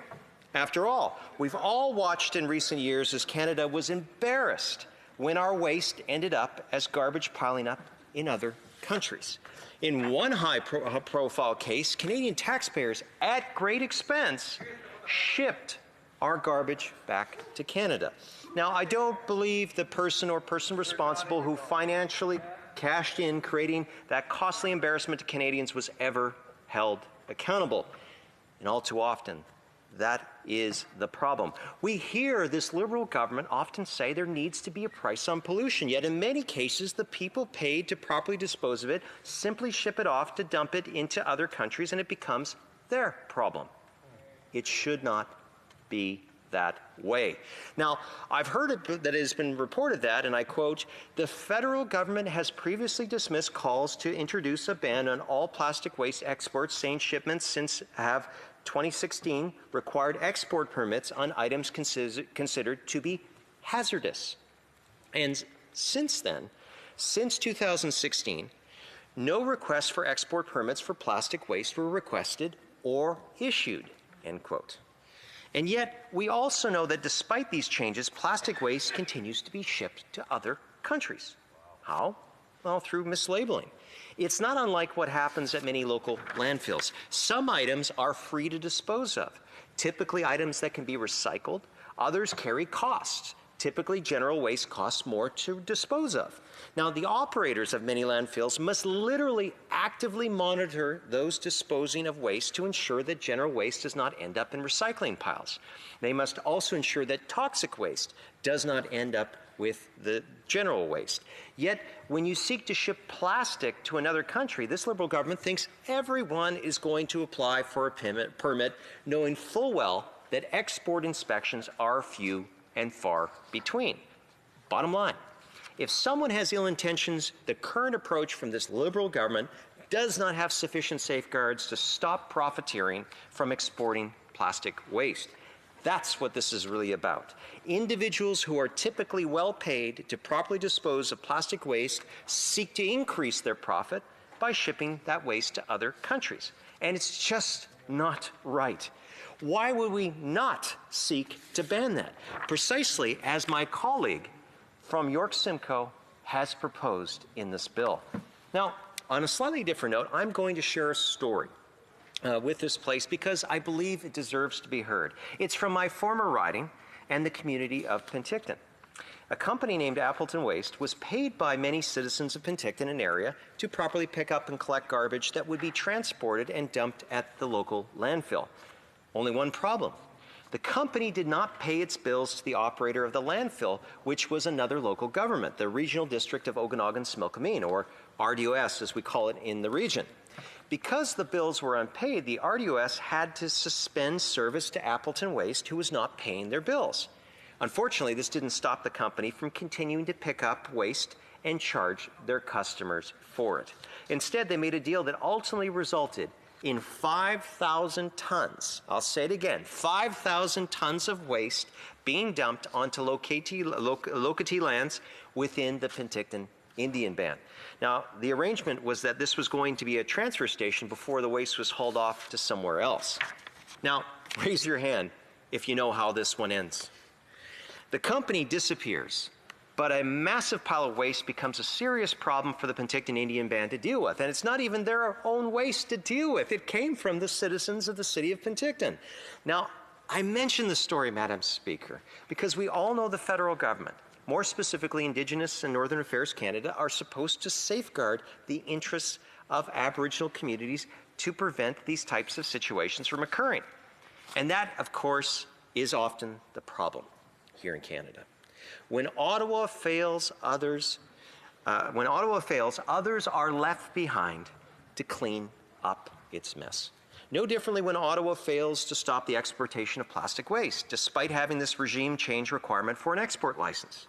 When garbage profiteers do an end run around the process, it is the other countries left to clean up the mess. And Madam Speaker, I say again, it's just not right. We have an opportunity here to send a message. Let me read the key part of what is being proposed in this piece of legislation. And I quote, "It is prohibited to export plastic waste to foreign countries for final disposal." It really doesn't get much simpler than that.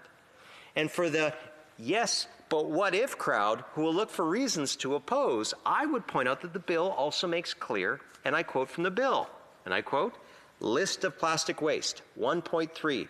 The Governor and Council may, on the recommendation of the Minister, by order, amend Schedule 7 by adding or deleting from it any type of plastic." This gives the Minister in charge, through an order in Council, even not a change of legislation, the ability to define what is and what is not plastic waste for the purposes of complying with this Act. Now, technology can change. Maybe what is plastic waste today may be recycled tomorrow, or something else. We can hope. Technology is always changing. Either way, this bill fully allows the Minister to change the definition in whatever way makes sense given the circumstances. Because we all know that there are sadly those who will not apply for an export permit. Does anyone seriously doubt that, save for a small group of people within the Prime Minister's office? Now, before I close, I will simply add this, Madam Speaker. There will come a day when each of us will be somewhere in life that is not in this place. However, I expect none of us will ever forget the great honor of the time we have had to collectively spend here. when each of you reflect upon that time, will you want to be remembered as a member of Parliament who took a stand against exporting plastic waste to other countries? Or as an MP who was whipped into voting against something that we all know is the right thing to do? I once again, Madam Speaker, want to commend the work the member for York Simcoe for introducing a much-needed and well-constructed bill. I will be voting in favor of his program to support banning the export of Canadian plastic waste to other countries. Madam Speaker, thank you to you and to all members in this place for listening. Thank you. Resuming debate, the Honourable Parliamentary Secretary to the President of the Queen's Privy Council. You have about 5 minutes. Thank you, Madam Speaker. And you know, I was listening to the member across the way as he was talking about a situation. And the situation he was referring to was that there was a considerable amount of waste that was shipped to the Philippines. And that waste was actually shipped in containers, and people receiving it in the Philippines honestly thought it was going to be recyclable goods and recyclable waste. Recyclable waste. And, you know, it was under the Harper regime. I can tell by the applause there, Madam Speaker, that they're happy I didn't forget that point. That it was under that regime that all that waste was actually shipped over to the Philippines. Wow. And it became a political hot potato of sorts. Even the president of the Philippines started to get engaged. As a government, I am pleased to report to the House that it was our government that cleaned up the mess that Stephen Harper put us in regards to what was supposed to be plastic and items that could be recycled turned out to actually be waste that was being shipped, Mr. Speaker.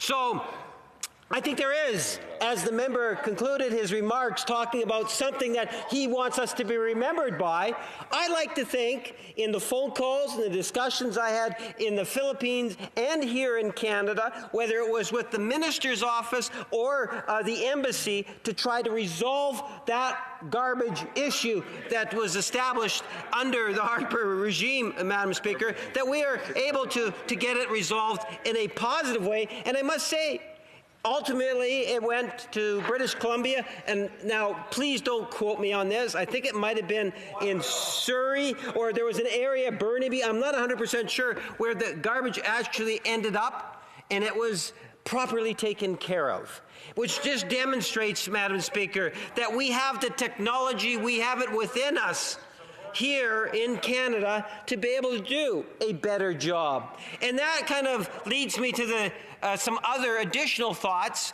You know, we had the parliamentary secretary from Winnipeg South, who I respect as an individual that is so keen on our environment. I have known him for decades. Prior to even being a parliamentarian, I have known the member from Winnipeg South, and he's always had a passion about our environment. And I listened very closely to what it is that he was saying, and I respect the type of things that he had mentioned to the sponsor of the bill, and I'm sure he will review some of those comments and take them into consideration in terms of whatever does happen with the private member's bill. We don't know. I understand members of the Bloc, members of the New Democrats, I suspect members of the Conservatives are going to support it. Has he generated enough support to see it go to committee?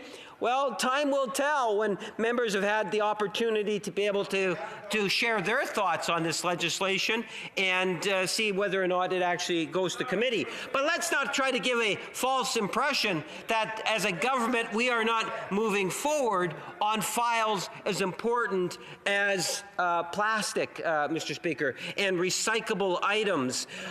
There is many different initiatives that the government has actually taken.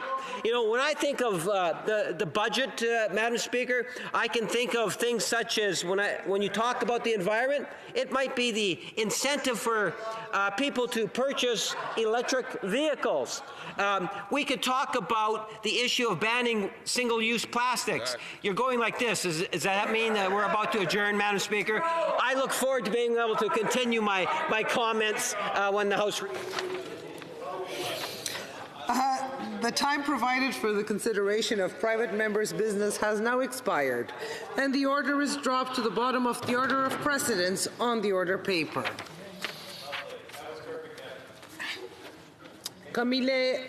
It being 2:24 p.m., the House adjourns until Monday at 11 p.m. pursuant to Standing Order 21-1.